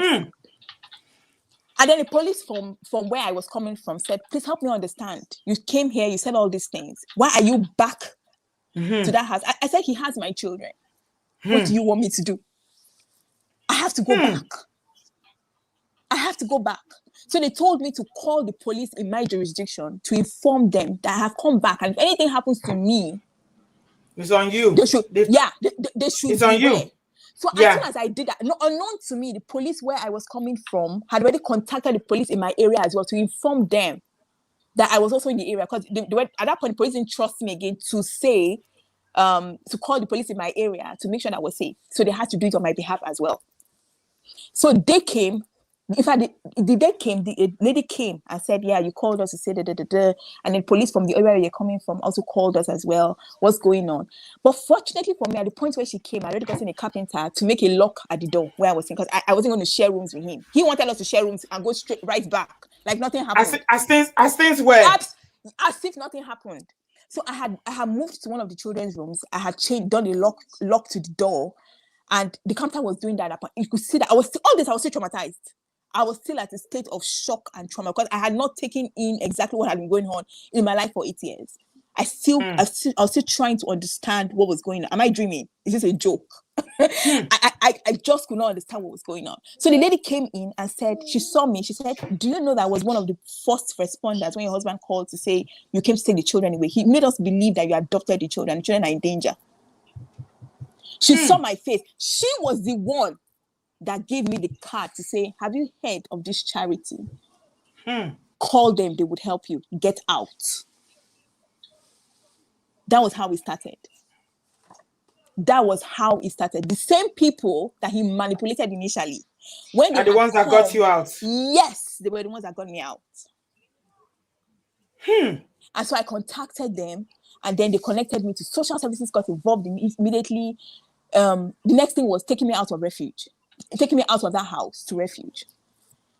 Refuge is not a very conducive place to stay, honestly. No. But compared to where the conditions and situation I was compared to where you were being controlled, it was heaven. When I tell you, it was heaven. It was heaven. Mind you, we were living in a house worth £550,000. It was a 4-bedroom house. Yes, you cannot sleep. It was hell. When I tell you, it was hell. In refuge, we're only given a room. My children have gone through a lot because they didn't understand what was going on. They were so young. They were not used to what was going on. We're now confined to a very little room. If anybody has been to refuge before, in a little room where a bathroom and a toilet is inclusive in that room. It was so little, so small. We're confined there for many months. It's a long story, but from there, they started connecting me to so many, and they started referring me. Let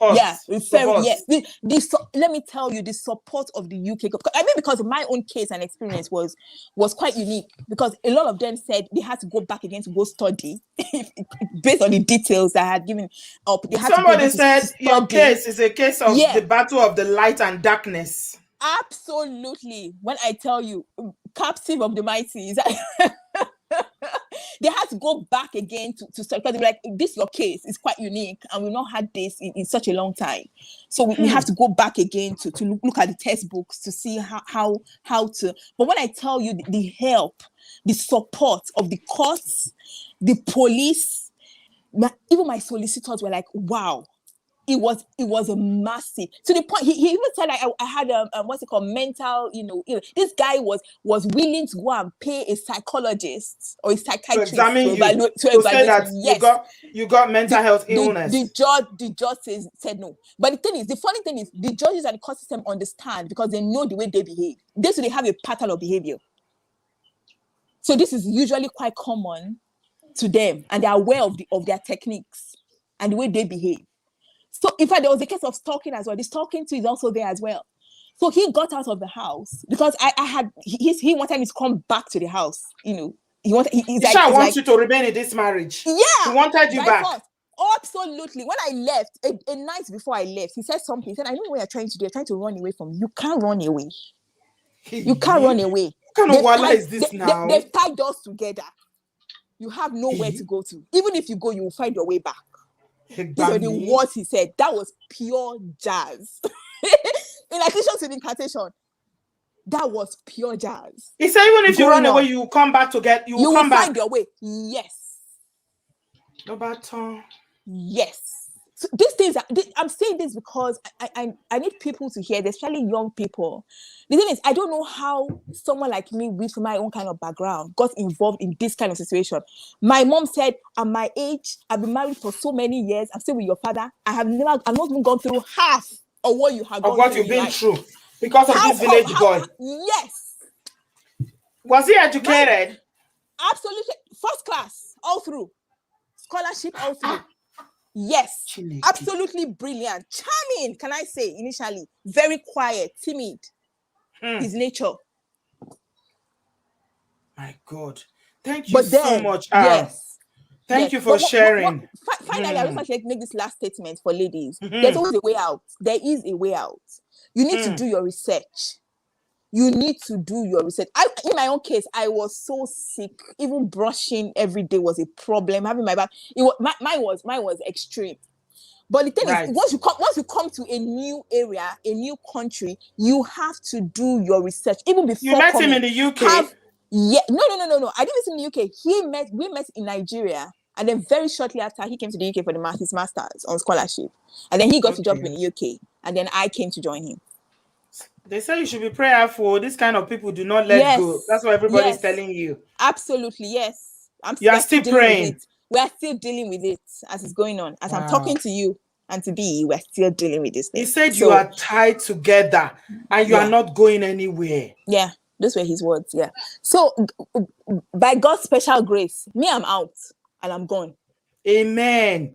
So it doesn't matter what the devil says. Yes, it doesn't matter what the devil says. It's what the report of the Lord is what I will believe. So amen. See where I am today. I'm out. And I've been out for the past 2 years. So I think my point at the end of the day is, ladies, open your eyes, shine your eyes. Let me put it that way. Shine, especially when it comes to marriage. Shine your eyes. And if at all you do make a mistake like I did, there is always a way out. You need to do your research. It's very important. When it comes to a new environment, a new country, you need to understand the way the system works. Don't take things for granted. Don't be too dependent on whoever brought you in. No. Yeah. Trust shine your eyes. Because you do your research. Because you married someone doesn't mean you should trust him from the get-go. Trust is a gradual process. You build trust over time. Yeah. So you need, because these are stories, and these are true life stories and experiences of people. This is not a movie. You need to do your research and understand the way a system works. If I knew what I knew now, then I wouldn't have stayed this long to the point of death. I would have helped Thank you myself. so much. Yeah, you're welcome. Thank you so much, R. Oh my God. Wow. What a testimony. What a testimony. Wow. I pray that your living will be permanent in Jesus' name. Wow. Lady Trish, are you there? Yeah, I'm still here. Did you hear? You heard everything that was said by that caller? Not really, but I'm gonna listen to it. I'll have to play it back. Yeah, I think I'm gonna put because you're on WhatsApp so you can listen. Yeah. So let me end the WhatsApp call so you can listen. Oh my God. Okay, Issy, I've got you. You're welcome. I'm so sorry to everyone that was in the comment section. Some people have gotten angry and left. I'm sorry. I just couldn't end that call. I couldn't. I'm sorry. I understand. Oh good God. evening. Good evening. Good evening, my sister. In fact, listening to that lady was kind of mind-blowing. You know, wow. In my own part of the world where I am, I didn't even know if they had anything for family to help women and children going through trauma, marital issues, and the rest until recently. Where do you live? Which country do you live, Issy? I'm in the UAE. Dubai. I live in Dubai. Oh, I see. Yes, okay. I live in Dubai. So it's really difficult. You know, when I came in with him, we had just one child, and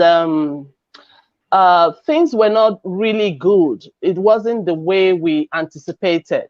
So it was like, okay, let me go back and you stay.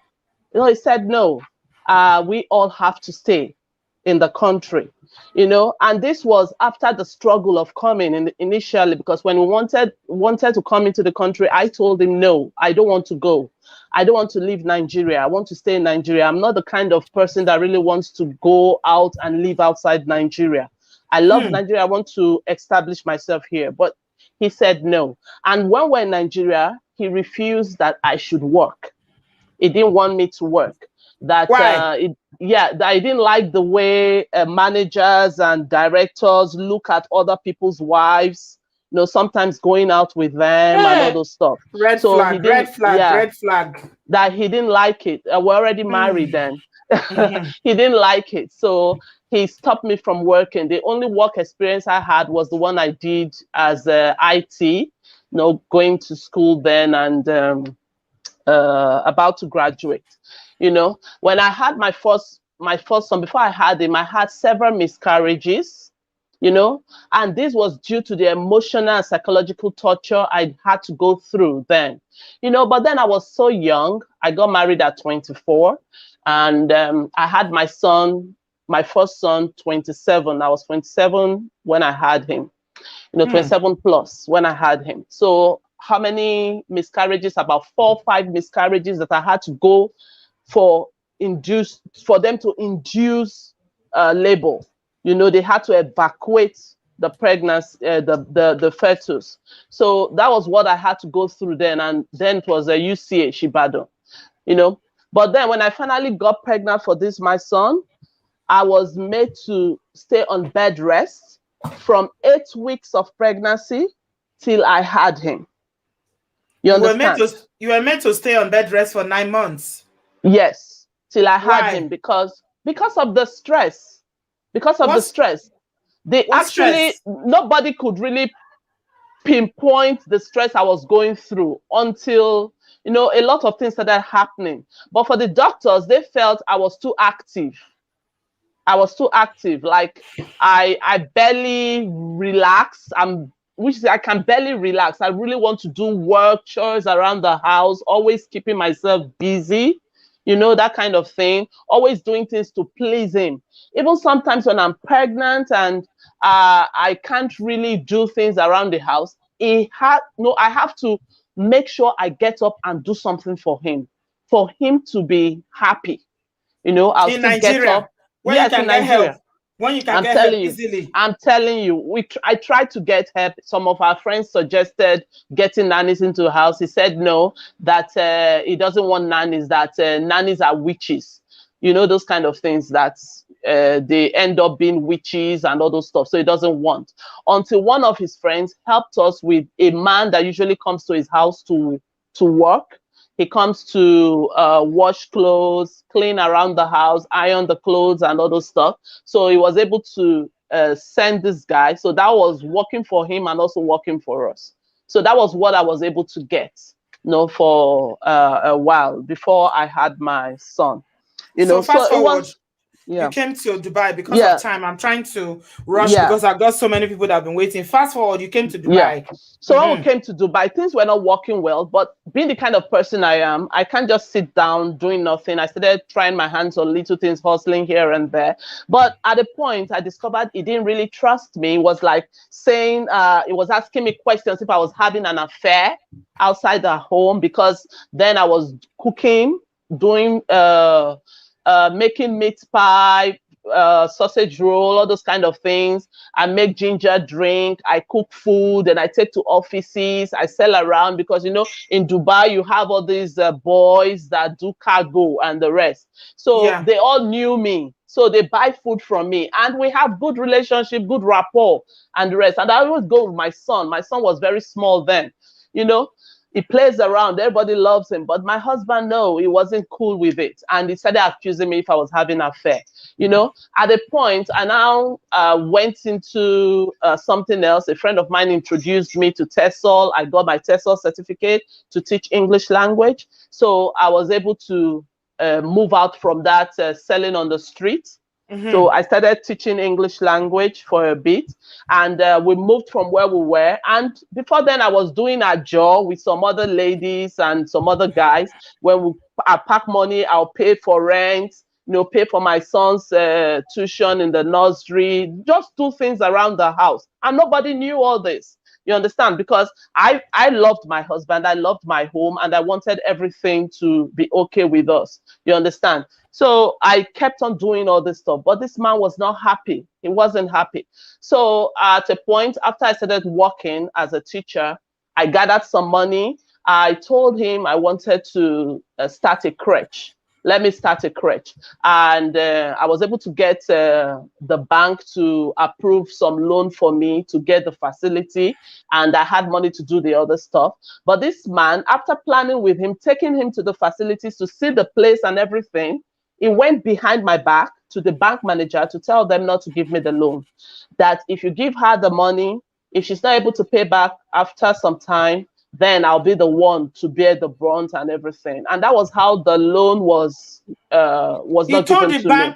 He told the bank not to borrow you a loan that you are going to use to start a business. Business, yes. So when I got to the bank, they told me the manager needed to see me, that they gave instruction that anytime I come, I should come to his office. So I went to the manager, and that was the first time I was going to the bank manager's office in Dubai. So I went, and he told me, your husband came and said, we should not give you this loan. And I was like, what? The same man I sleep with in the house, we talk and everything. How did he come here? He went and blew your chances in public. Yes, without telling me, So that was how I really got angry. I wasn't happy. I decided to close my account. So I closed my account with the bank, withdrew all my money, and I was without a bank account for a while before I opened a new one. So many things like that. Then the last one was 2015. I registered a business, and this man was like not happy. I started a cleaning company. I registered it, and I started doing the business as usual, but it wasn't supportive. Why does he not want you to earn? Because from everything you are saying, I'm sorry, I don't want to rush you, but I've got so many people. So I mean, you sound like a very focused, determined woman who wanted to bring some income. You said that you love your husband, you love your family, and you are just trying to earn an income to make your family grow. So why did your husband have a problem with you doing better financially?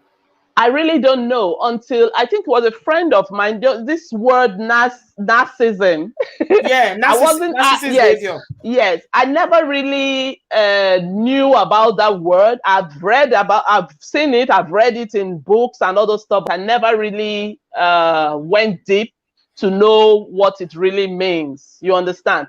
Until I was making a kind of narration, and a friend of mine has said, oh, that's a narcissist behavior and the rest. And I said, what? So I went back and I started making some research, and I found that. I said, wow, that's true. That's the kind of person he is. So when I came in this evening and I saw this topic, I was like, oh, I started listening from point number 4. And I was like, oh, this is how this person is. Exactly. Are you still together? Are you still married to him? We've been married 23 years this year, but now we're not together because what happened was last year I lost my job and he just packed his stuff and quit. You mean you've been living together? You've been living together for 23 years. 23 years. Yeah. Okay, and you've got kids. Yes, I have 3 kids. My first son is 20 years old. I don't really want to say his age, but he's 20. My first son is 20, and I have a second son and my daughter. So he left. Yes, he left because I told him go get an accommodation for us because where I'm living now is owned by the company, and since I'm leaving, they will be taking possession of their house and everything. So you need to go get a place. But this guy left and is sharing accommodation with somebody else. And He left us, he abandoned us. So I didn't know what to do. As soon as I got paid and everything, I had to call some of my friends and relatives here to help look for a place.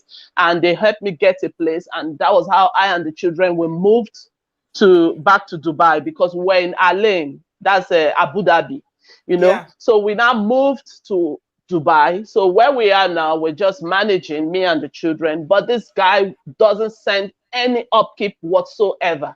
The last time I got money from him, I had to go with my son to where I was living to fight. So you stayed with him until he left you. He was the one that left you. Yes, he came to where I was living to stay with us during the lockdown. He was with us. So he was working from home. You still wanted the marriage. He was the one that eventually left because of accommodation issues. Yes, he doesn't want to pay for accommodation. This is a man that made us to be ejected from a house 2017 because he didn't pay rent for a whole year. So he doesn't have money yet. He doesn't want you to make money. He has money. He works in Emirates. As what? He's he's a senior IT engineer. So he's got money. Yeah, he has money. At least he gets paid. At least comfortably for him to be able to plan with and do things and make ends meet. And with the little support I bring in. Why do you think he didn't want to provide for the family? I don't know. I don't know why any man wouldn't want to provide for his family. Because to him, he keeps saying that I work, he doesn't see any money, I don't give him anything. But then he also says that he doesn't want my money, lest I say I'm the one making him good and all those stuff. So at a point, I was really getting confused. You know, that time when they will start making you feel as if you are the one that is guilty and you're seeing something that's wrong, you're trying to work on it and let them see what's happening. Let's sit down together and work this thing out and start pouring this thing out. I started getting really confused. So sometimes when we're having some kind of misunderstanding and he's saying a lot of things and I know he's really into it and he really wants to talk and all those stuff, I start recording. So I have like 3 of his recordings. When you hear him talk, even the last one he had with his son, discussion on phone, I had it recorded. So you could hear the things he was saying, calling me all sorts of names. I'm a wicked woman. I'm demonic. I just want to destroy his life. I want to make sure he spends all his money. And I don't know. He doesn't have a house in Nigeria. I don't know of any he's doing, except he's keeping it away from me. We don't know anything he's doing with money. But he just wants me to spend. If I'm not spending, then I am miserable. Yeah, remember what Lady Trish said? They just want to see you miserable. The more miserable you are, the happier they are. So I guess if it comes back today, you are still in a marriage and you are still together as a family. No, right now, no. I have moved on because for him to walk out and abandon me and the children was just the breaking point. So I don't really see any reason why I'll come to such a person. Initially, I went to the church, but the church could not handle it. And when they could not, when I saw they weren't able to, and this is a guy that's a minister, he's a deacon in the church I attend, in the Redeemed Christian Church of God. He's a deacon there. And he's doing this. I went to the church, but they could not handle it. So what I did was I went to the courts. I went to the courts through the police, and they fined him. He paid the fine. At least I know he has paid the fine. But then the case was now taken to the court. I actually wanted to take the case off the court, thinking it was going to do the right thing by sending upkeep money every month. My children were not in school for this last academic year. A whole year. The children were home. Yeah, they were home. I was able to afford homeschooling. I did homeschooling with them for just this year. And now, this next academic year, I don't have any dime on me. So I've decided why don't you go back to Nigeria? I would have gone back to Nigeria, but with the security problems now in Nigeria, he doesn't have a house in Nigeria. Where am I going to stay? It's not as if he planned a place for me to stay, and going to Nigeria with children that age, how am I going to handle them? How am I going to handle them? It's not possible. No, so and the children don't want to. And the children. Yeah, but now the case has resumed in the court. I have a hearing next month. So, and I've made all my demands to the judge. So I'm hoping everything will be settled amicably. So why I'm really coming out is to make people know that this thing really exists, because the church will tell you God does not honor divorce. Yes, it doesn't honor divorce. It's not something that is good. It's not palatable, especially when children are involved. But when you try everything you know how to do, you've prayed, you've sought counsel, and nothing is working because they become so arrogant, they are so proud, you know, they don't listen to anybody. He doesn't surround himself with people he can learn from. Instead, he surrounds himself with low lives, people that have nothing to offer. You understand? Like the person he's staying with, you know, it doesn't have anything to offer him. But when he sees men that are doing well, you know, taking care of their wife, taking care of their family, he looks at them and laughs at them like they are woman rapper, you know, that kind of thing. He's sick. Yes.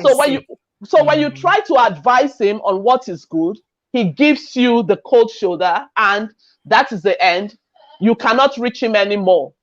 You cannot, if you call his line, he won't pick your call except you use another phone. So that's the kind of person he is. So nobody can really get to him. I called his uncle, called the sister. None of them were able to get through to him. So I couldn't get anything from them. So I'm just moving on and believing God that I'll get another job. If I don't get a job, but at least I'll start something else. I still have my hands, and I'm a woman that likes to work. I'm 47 this year. So I can always pick up from where he left us and all those stuff. So if I can't get a job now because of the situation, yes. But then whatever comes out from the court and whatever we're able to get from him, I can hold on to that from there. Yeah. So there is that kind of relationship. When you're going through that, like my last sister said, if you don't know the laws of the land where you're living, try to ask questions, because some men are very demonic. Not just men, some women that do terrible things too. But in this case, it's a man that did it to me, my own experience, you know, and they don't just do it to people they think are timid or naive. Like me, I can't call myself somebody that is naive. You know, in my group of friends, some of them will even be imagining, how come you're the one going through this kind of thing? Because I like to talk. I don't have skeletons in my cupboard. Yes, if you want to know anything, I'll tell you straight. That is. Oh, you see, unfortunately, that's how much we can take from you because of time. We've done almost 2 hours. I know people have a lot to share, my people. I am so sorry. I feel like allowing people to talk for an hour or more, but unfortunately, we've got so many people waiting. I am so sorry, Issy, that you are going through this. What I can say to you is that I wish you the very best. I mean, just get him to take care of his children. If he takes care of his children, that the children are going to school, they are okay, he provides for them, since he's got the money, then I'm sure you can find something to do to take care of yourself. That's all I can say, and we wish you the very best of luck. She sounds like a really, really strong woman, but like the last caller told us, even those of us that think that we are, you know, we've got, we're alpha females, it can happen to us. So moving on, I've got Peace in the studio. Hello, Peace. You are muted, Peace. Okay, I'm going to ask someone else because there's no time to waste. Okay, can you hear me now? Yes, Peace. Yeah, I've got you. Yeah. Okay. Yeah. This happened to a friend of mine. The marriage only took 3 years. It lasted 3 years. Okay, quickly, please. Yeah, in 3 minutes. Tell us what happened. Hello, Peace. Like a dropout, understand? So they've met before in Nigeria, but when they came here, they met again. The lady had a child before the husband was late. The first husband was late. So I'm afraid your network is not good, Peace. It's cutting off. It's cutting off. Peace, can you hear me? Okay, I'm going to add Naomi because of time. We have to move quickly. Naomi, are you there? Yes, can you hear me? Yes, I can hear you. Thank you very much for joining us. What do you have to say? Yeah, I just wanted to add to what the first lady that you interviewed said. She just made me realize that my own experience wasn't unique to me. And Right. I realized from the list that Lady Trish provided that my ex-husband actually met like at least 9 of those traits. Oh my God. Yeah. But he was very covert. So when anybody that met him, my mum, my grandmother, friends, they used to say, oh gosh, I wish I had a husband like you. He's so amazing. But he was like, you know, outside angel, but home devil. That's the way I describe him. So there was just so many different things, like things I wouldn't even want to talk about that he did. And then it was something that happened with my daughter one day. And then I decided, you know what? I don't want this kind of life for her, because if I stay with this man, she's going to think this is how a man is meant to treat a woman. Absolutely. And she's going to end up with somebody just like him. Yes. Yeah. So he did something. And then that was the day, you know, after 8 years of being with him, that I just said, no, I don't want this for her. So I couldn't do it for myself, but I found the strength to do it for my daughter. Dear. You sound even teary. Was Yeah. that recent? No, I mean, I divorced him in 2014. But even now, you know, I had to go into counseling to really, really understand what happened, because I blamed myself for a very long time. Because, you know, when he met me, you know, I had 2 degrees, I had my own house, I was doing so well. And then just slowly by slowly, he was just chipping away at me, at my self-esteem. If anybody says anything nice to me, it would say, I don't know why they like you. You know, I don't know why they're saying those things about you, things like that. But then I realized that he was actually jealous of my achievements. You know, and he was always competing with me. You know, there was time I had a job interview, and a day before the interview, he knew the interview was coming. He actually caused an argument on the day before, so that when I was going to the interview, all I was thinking about was, I actually lost the job. So when I had a next interview, I didn't tell him. I kept my mouth shut. Yeah. After they offered me the job, that's when I told him that, oh, by the way, I've got a new job. And then he was now boasting to people saying, oh, she's got a new job. Look, you know, I helped her. I supported her. Not knowing he didn't do anything. Absolutely nothing. And, you know, immediately after we divorced, like, you know, when Lady Trish was saying about they quickly get with somebody else to make you feel jealous. You know, within a year of our divorce, he was married to somebody else. And within a year, the marriage crashed. Of course. Yeah. So the truth is, these men, there's no cure for narcissism. That's what my counselor said. There's no cure. So don't kill yourself and stay there for 5 years, 10 years, 20 years, thinking you can pray all the prayer you want. You can beg all the people that you want to beg. You cannot cure them. Yeah. You cannot kill them. They can't even cure themselves unless they have some self-awareness and they seek counseling and help. It's not about prayer. Yeah. Thank you, Naomi. Really appreciate your contribution, and I pray that your healing will be permanent. I can hear that you are teary as you are even speaking about it, even though it's been a while. And I pray that the Lord will rebuild your self-esteem. You will get your mojo back in terms of your academics, your place in your career, and that your daughter hopefully is not going to follow that and model that kind of behavior in a man. This is what we'll keep hammering on this channel. When you guys are saying that it's bashing men, we are telling you guys, some of you that have this behavior, that you are damaging your children. Think about it. Even if you hate your wife, even if you don't want to see her, you don't like her, think about your children. Think about your sons and your daughters and their future. Wow. Thank you so much, Naomi, for sharing. I've got C. We're rounding up now. Quickly, please. Hello, C. Yeah, is it me, Brie? Yeah, that's you. That's the name Hello? you put there, C. Okay. Yeah, that's you. Yeah. No, I think it got cut off. Anyways, Okay. good evening, ladies. Really, first of all, I want to tell everybody we need to train our daughters strongly. Yeah. I was trained strongly. Yeah. Oh wow. Totally strongly. There's no I was amount of given strength. every opportunity Yes, I was given every opportunity any human being could be given. And by God's grace, I really did gain out of it. I am overly educated. I am in high-end profession. I was earning double plus more than my S. And but I am a very empathic person.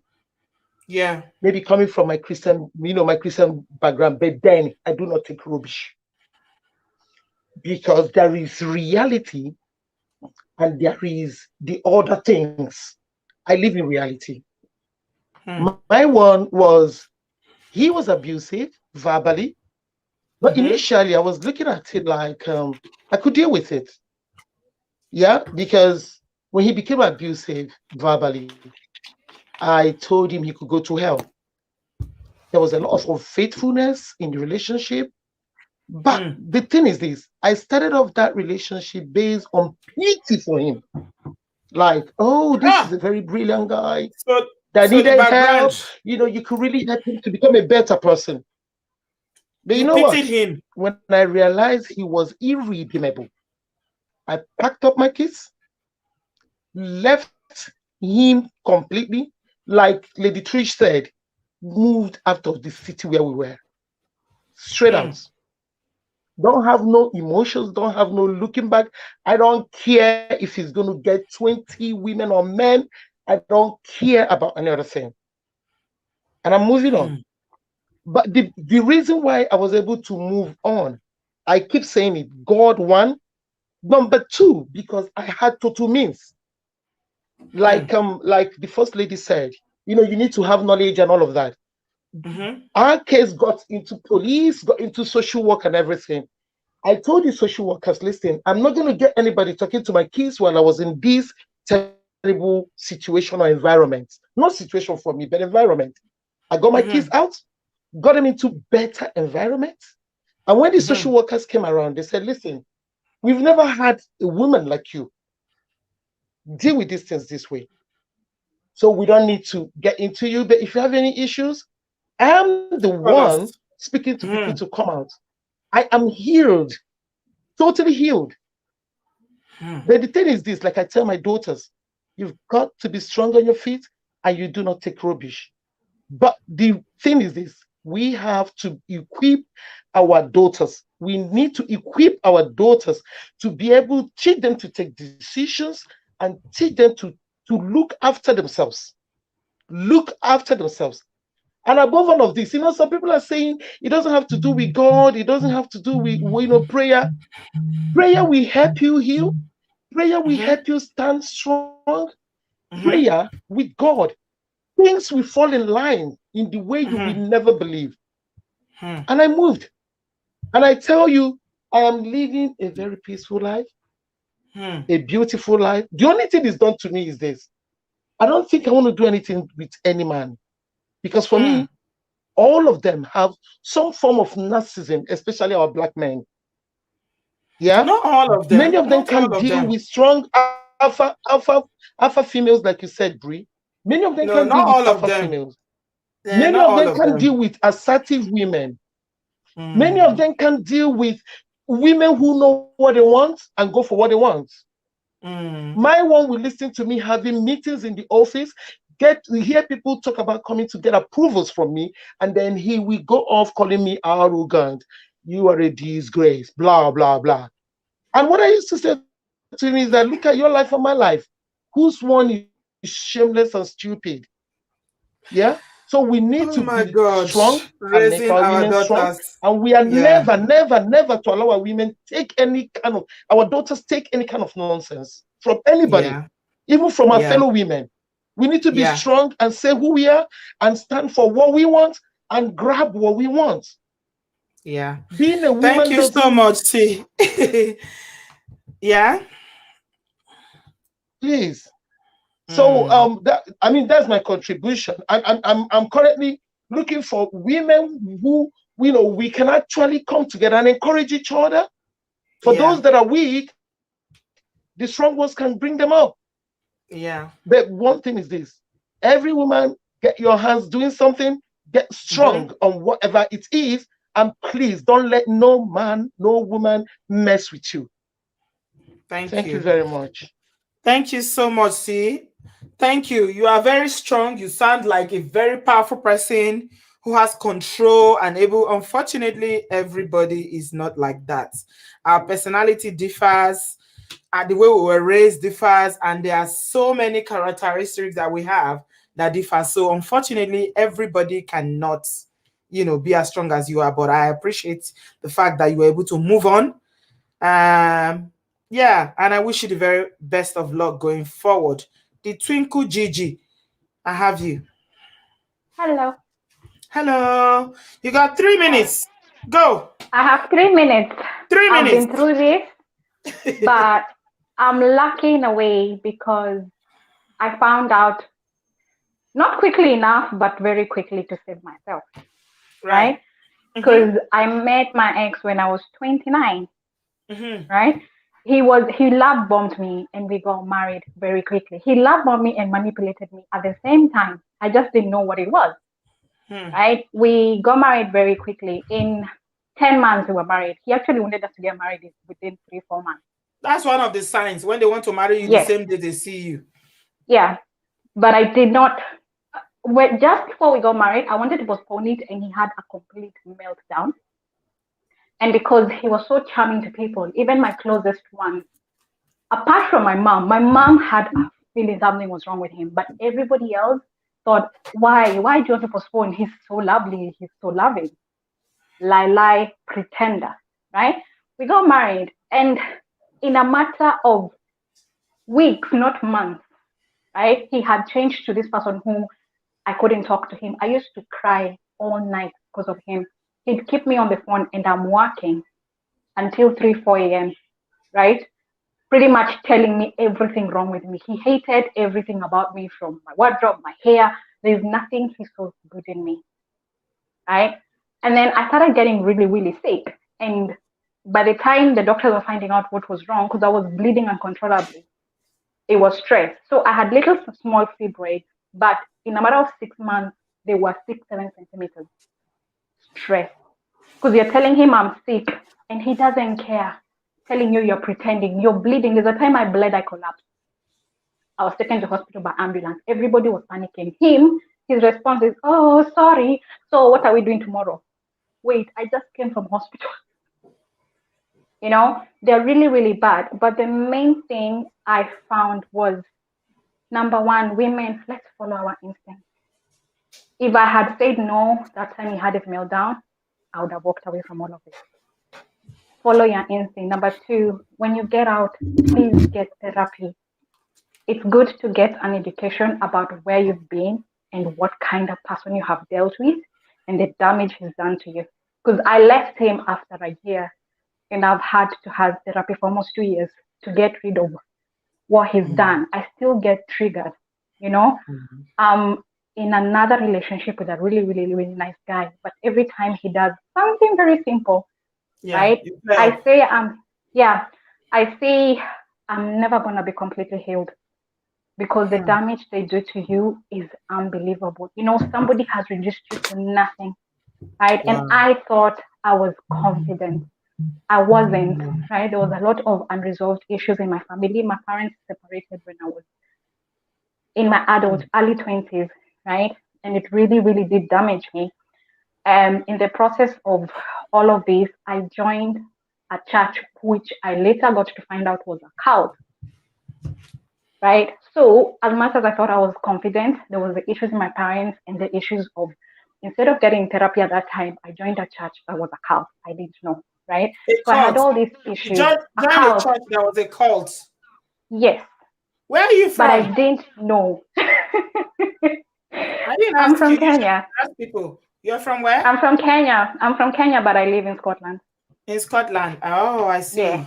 With everything you went through, you still went and joined the cult again in form of a church? I didn't know. No, before I met him, because when things happened with my parents, that's when I joined. But, you are looking for something because you have this void and this heartbreak from what has happened to your parents, right? And these people also show you love, but it's not real. So I joined that, and then step 3, I got with him. So he saw the vulnerability in me that I hadn't seen. I thought I was in the right place in the house of God, right? I thought everything with my parents, it hurts you, but you get to a place where you go, it's not your business. But you're vulnerable because you've also been hurt in the process of your parents' marriage breaking down. Yeah. And unfortunately, that's all I can take. The Twinkle GG, because of time.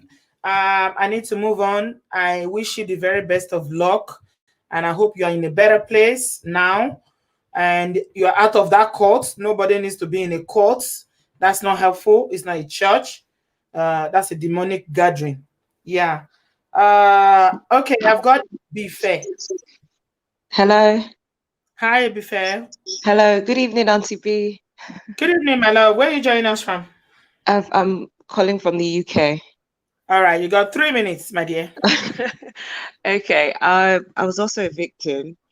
I got married really young. Is everybody married? Has everybody been with a narcissist like by me? What is this? This is too much.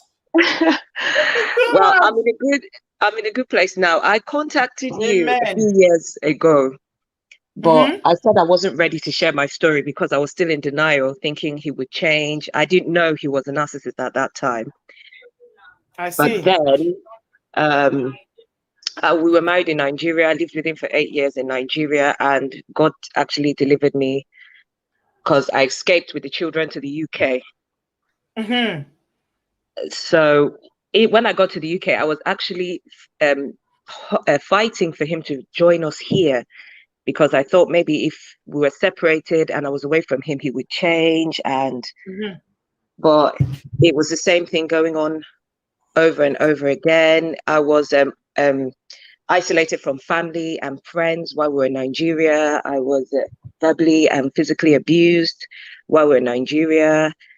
So I thought he would change, but he didn't. And it got to the point where I just blocked him and cut him off and started focusing on myself, trying to put the pieces of my life back together. At the moment, I'm in the UK with 4 children on my own. 4? Yes. 4 children on my own. I moved here with 4 suitcases and 4 children. My last child was 3 months old when I moved down here. But to God's glory, I'm working now. I bought a house. I'm studying, and my children are thriving. We're doing well. I've got no contact for 7 years. Is he in Nigeria? Now. Is he in Nigeria? Yes, he's still in Nigeria. So you escaped from Nigeria and took your kids and came here? Yes, because I was a British citizen while I was in Nigeria, but he didn't want me to leave. I got the children's British passports while I was in Nigeria, but he didn't want us to leave. He didn't even want to come. He wasn't interested. He said he doesn't need the British passport and all of that. And the time when he did apply, he was refused. So when I ran with the children down here, he tried applying as well and was refused. So come and meet you. So the distance was good for you. This is one occasion where you thank God for your parents that had you here to give you that British passport. Yes. It was your savior. That's what saved you. Yes. And when I moved here, that was because I wasn't in contact with. He was a prayerful person. He was like, if you met him, you think he was a pastor. So he used that spiritual side to also manipulate me, because he claimed that he had dreams about me, that I had a spiritual husband. And he took me for deliverance, and he would accuse me whenever, just like the other lady said, whenever we go out and people say, oh, your wife looks so beautiful. When we get home, I would pay for that, either with verbal abuse or physical or whatever I wore. He would ask me to get a pair of scissors and cut it up. Wow. So even when I moved to the UK, every day I had to send, the first few months when I was here, I had to take a photo of myself to show him what I was wearing. He had to see that. And if he didn't approve of it, he would ask me to put on a Zoom call. It was Skype then. Skype call him, get a pair of scissors and cut it up. That I shouldn't dress like that. I wasn't allowed to wear makeup. I wasn't allowed to talk to men. I was isolated from. So when I moved down here was when I reconnected with my mom, because I was also Damn, cut off from damn, her as damn. well. Timothy, damn, damn, damn. Take the scissors and cut the dress off you because he didn't like it. Oh my God. Parents, please start raising your boys. Please raise your boys. This is not right. These are people's children. These are humans. These are people. Oh my God. I'm heading Yes. to tonight. Yeah. Yes, my phone has been smashed before because I couldn't explain. Like when scam calls come in and you can't explain the number. I said, I don't know who that is. My phone was smashed for that because he accused me of sleeping with men. Cheating. Yeah. Cheating. After all, I have a spirit husband. So what does he expect? I spent 5 years in university in Nigeria, but I don't have a certificate for that. He also made sure I didn't finish. So that's why when I got to the UK, I had to go back to uni again to start all over. He made sure you didn't finish. How did he manage to do that? Sorry, because I got married to him while I was still in uni, and I did IT with the head of my department at that time before I even met him. So I got married to him and my head of department attended the wedding and said to him, the only thing I want you to do for her is make sure she finishes her education. And he assured her that yes, she would. You know, the early stages is the love bombing stage, and he's doing everything that you want him to do and all of that. So I had my daughter, I was supposed to write an exam the day I actually had my first child. And I rang my HOD and she said, don't worry, I'll move it for you. So where were your parents in all this? Where were your parents? My parents are separated. My dad remarried. So he didn't have time for me. He was just happy that a man had taken my responsibility off of his shoulders. And my mom saw the signs and was like, this is wrong. But I was all loved up and I was like, no, I'm doing this. It's better than me, because my dad wasn't really involved. So I said, rather than me jumping from one man to the other, I'd rather just get married. He will take care of me. And that was my thinking at the time. So she moved the exams and I went to write the exam a week after and he called me in the middle of my paper and was like, the baby's crying. You need to come home now.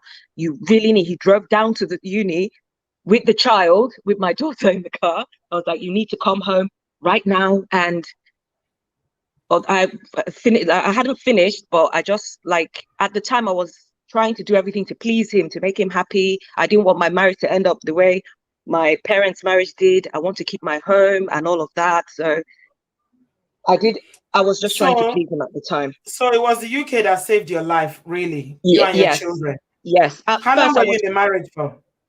Well, I was in the marriage for 8 years before I moved to the UK. It's been 7 years since I've been away from him. I've asked for a divorce now, but he said he won't do it. He's a Christian and he doesn't believe in divorce.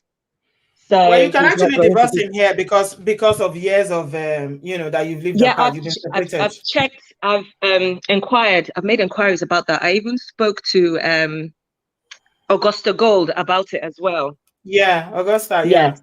You can divorce him. Even in Nigeria, you can divorce him, or here as well. You don't even need to go to Nigeria to get divorced. What church does he go to, if you don't mind me asking, that he's seen all these demons? That's a very good question. He moves from one church to the other. So if he's in a particular church and they don't agree with him or whatever, he'll move to another church. So he was in Winners, and then he moved from Winners to Koza because he lives in Abuja. And then he moved from Koza back to Winners, and now I heard he's back in Koza again. So I hope you are no longer in touch with this man at all. No, I've completely blocked now. I did give him access to his children, but no access to me. So he doesn't know anything. I'm not on Facebook. He has no access to WhatsApp. I've blocked him there. He has access to his children though. Yeah. Wow, yeah. You are kind. You are really kind to even give him access to his children. Wow. Wow. All you people that always saying I'm bashing men, come and hear women's testimony. What is this? Yes, yesterday we had Grace here telling us about Christian brother. This is another Christian brother, narcissist Christian brother. Hanks, I've got you. Good evening. Good evening, my brother. How are you? Very well, thank you. Okay. I've been listening to what the women are saying. Mm-hmm. There is something I want you to know. Mm-hmm. A lot of women are marrying other people's husband Hmm. because look at some of them are even saying it that they are seeing the sign, but they choose to ignore. Yeah. Women see the sign. I don't understand why you get into marriage with somebody who told you that he doesn't want you to get to work. Once he mentioned that, know that this is the type of Red controlling flag. type of somebody. Yes. Yes. Also another type of woman for that type of person. Yeah. Yeah? But they choose to ignore. As a Nigerian girl, which type of man do you want to marry? First of all is deep pocket. Second one is tall, dark, and handsome. Third one is fear God. Somebody cannot have all the whole characters some of these women want. So what they need to teach your daughters, look out for the sign. Once a man mention all those things, you know that this is where he's heading. So that we will not come out and start complaining. Look at this woman, she's 47 years now, she's alone. No, that's not a big deal. Being alone is not anything. There's nothing wrong in that. It's also a problem because when another man comes, that may also lead to another thing. It's not a problem. It's not a problem at all. I see your point. There is nothing like marrying someone that loves you from the beginning till the end. So you think they didn't know? You think they didn't know? They thought the men loved them now. They did. Look, when this thing, I'm also a man. This thing has happened to me. I thought I love a girl. You understand me? Yeah. But when I'm with this girl, I'm not getting up. I'm not getting up. Yeah.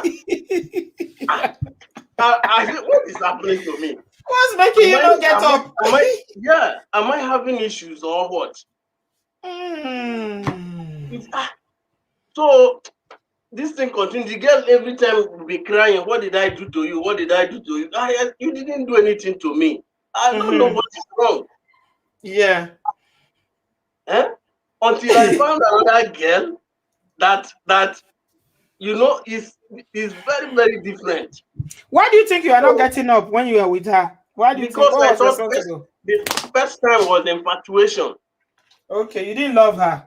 Yeah. I thought men don't need love to get up and get down. It was not love. It was not love. It's not ordinary infatuation. Okay. So which many people in that period, infatuations last for some times. Maybe that period now, had it been with I married this lady, look at what would have happened. Maybe one day she will come here and say, look at what Nigerian boy did to her. So we should look out for the sign. Once a man tells you certain things, even though you are getting older, I know women rush into things because of their cycle and all those things. So we should look out for the sign instead of complaining every time. Okay. That is just all I want to say. You made a very good point, my brother. Thank you very much. Have a good evening. Look out for the signs, you ladies, so that, like this, our brother now. He said he was with somebody and he wasn't getting up. So, infatuation is not love. You're not making our brother get up. You're making him get down. It's not fair. Jessica, you have 3 minutes and put you on timer, for real. Hello, Auntie B. Good evening. Welcome, my sister. Good evening, 3 minutes. Everyone. You're welcome. Yeah, Auntie B. I just thank God this program is being held today. This is very, very important. And my calling in is just to advise some women. Hey, baby, come on, go. Please excuse me. Is to advise women that when they notice the signs of a narcissist, they shouldn't call them out. Don't call them a narcissist. Okay. I started learning about this before I even left the house. So if they know they are narcissists, they're gonna hurt the person. Right. They will definitely hurt the person. The person might die before even escaping them.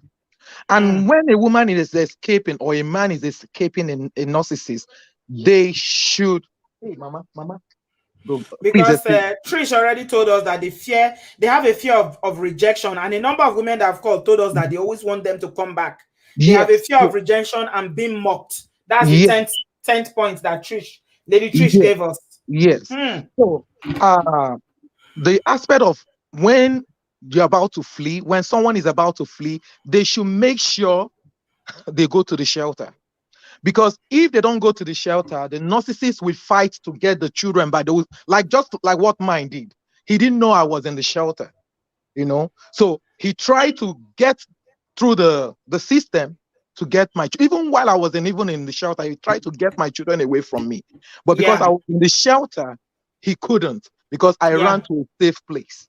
So women who are fleeing domestic violence or not domestic abuse, emotional abuse. Yes, the first thing to do, once you can't take it, you don't have to wait until when you can't take it anymore. Just call domestic hotline and let them get you out from there. Because the more you stay, the more is affecting the person and the children. So people should just be wise and wise up. Even there are times, even at a point when I came to the shelter newly, I almost went back. I said no, because of what I have read, that when you go back to an abuser, the tendency of losing the person, losing the life of the tendency of the person losing their life is 100%. Is not a joke. So women should not call them out, and anytime they are fleeing, make sure you go to a shelter or a domestic violence home or shelter. Because if you don't, narcissists will tell the police that the reason you flee away with the children, just like what that lady was saying earlier. So that's why they could retrieve her children from her, because they were told that she flew with them. So if she has gone to a shelter, not to a friend or a family person, they will not get her children from her. They cannot take her children from her. So that is what I wanted to contribute. Everybody should be careful. Don't call them out and tell them you're a narcissist to their face. The person is gone. Anybody that tries it is gone. If the person leaves, it's a miracle. So I never called my narcissist, because by the time I fled, I already started listening and getting some information. That was what I summoned the courage to tell myself, any day he abused me again, I'm leaving. So that was how I escaped him. Thank you, Auntie. That's what I wanted to contribute. Thank you, Jessica. Thank you so much, my sister. I appreciate you. God bless you, man. Thank you. Jessica is the queen of knowledge when it comes to narcissist behavior. She's so passionate about this thing. Remember, she was the one that came on this channel and was telling us about this narcissist behavior, the character. She shared her experience. A lot of people thought it was a joke when she shared her experience. I told you, ladies, how I blocked somebody, on my WhatsApp because they have my number and they started telling me trash. And women sometimes, empathy is very far from us. Though there are some women that are narcissists. It's not only men that are narcissists. This lady, somebody who is already been through, she survived domestic violence. So she was laughing. No. I couldn't take it. I just gave her a very big block. I said, don't you ever. I told her, I said, don't you ever contact me again. I don't like people who have no empathy. I cannot tolerate anybody that has no empathy. You went through your own. How dare you compare yourself to another person? So everybody's experience is valid. Everybody's story is, we have to celebrate them for what they've been through, what God has brought them from. Please do not underestimate or joke about somebody's experience. It's very, very dangerous. It is not you.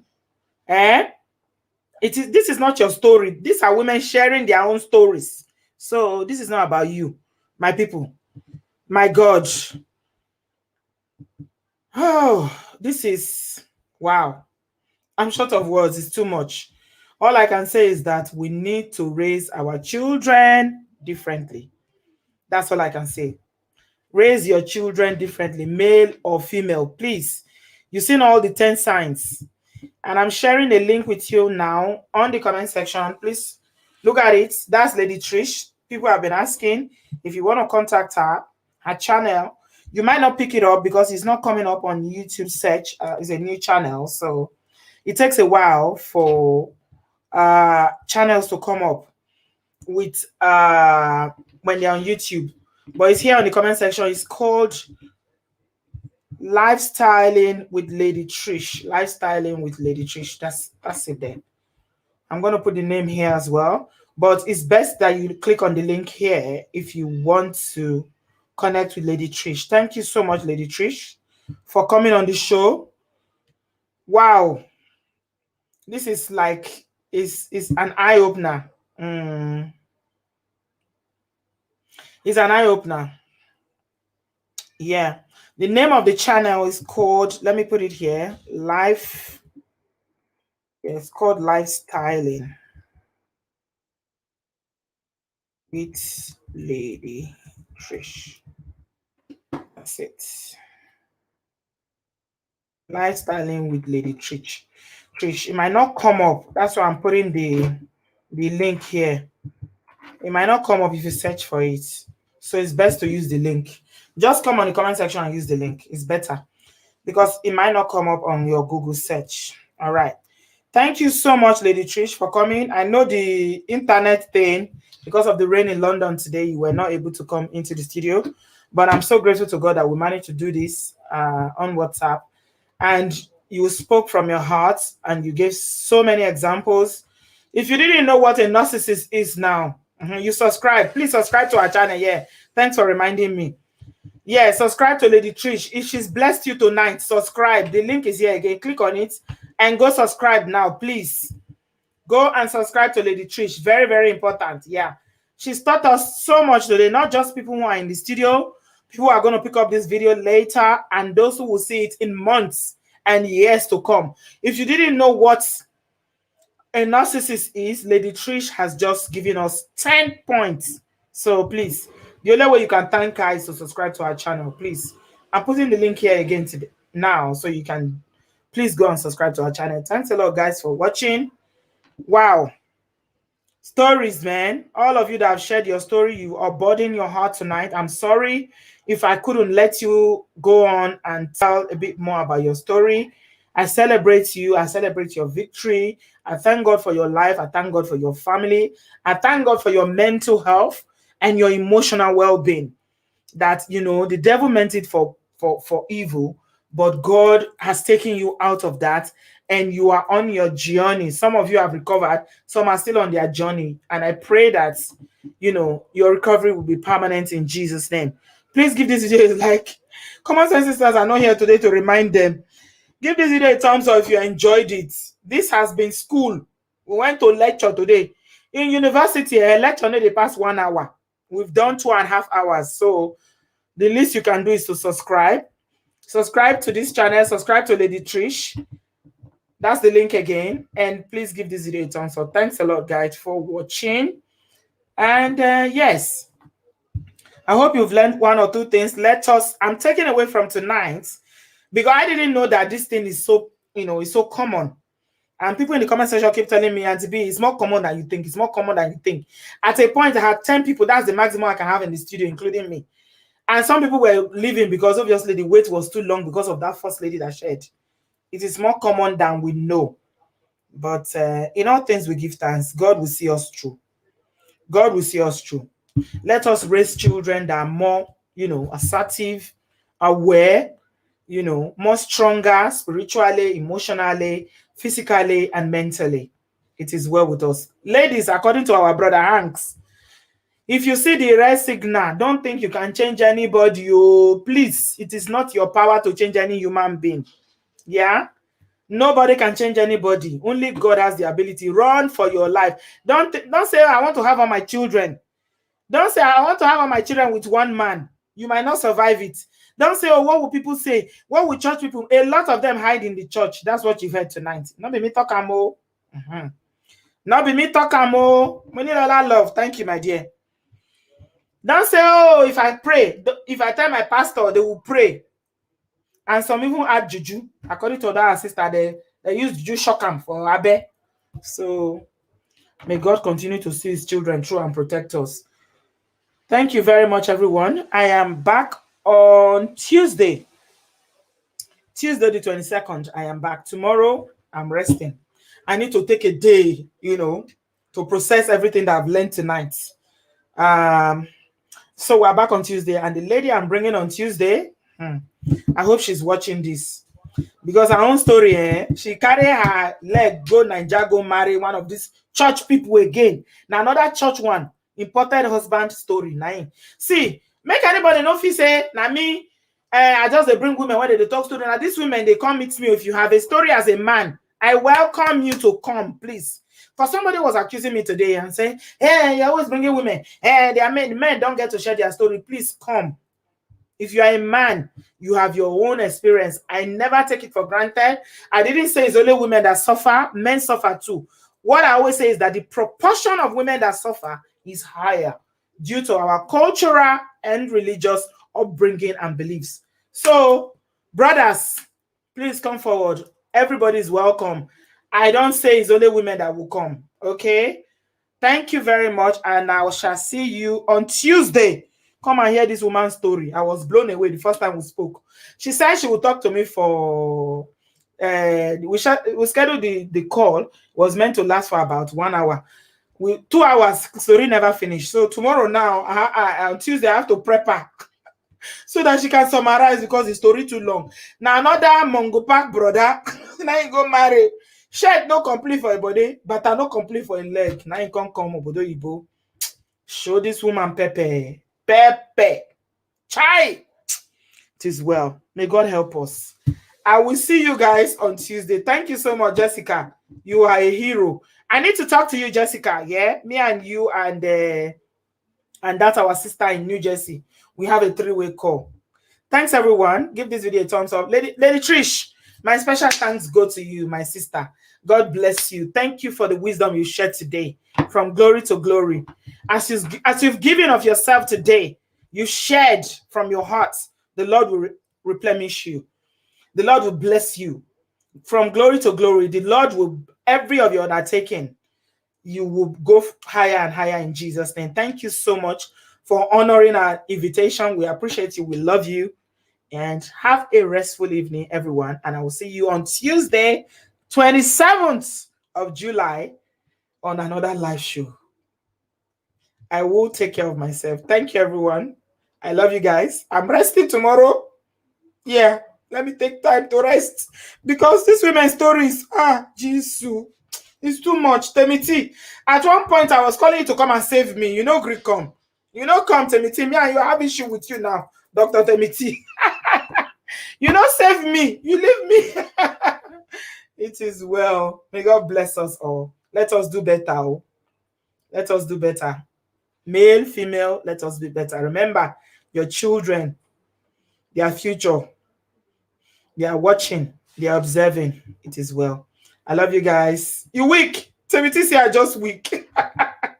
You weak. If I bring common sense, I will come sing for you.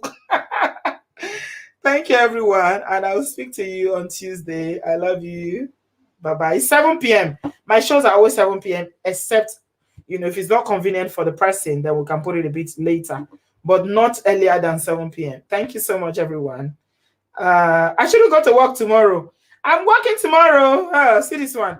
But I work from home. Yeah, so it's okay. I'll just open my computer. Text, I sleep small. If I hear my phone ring, hello.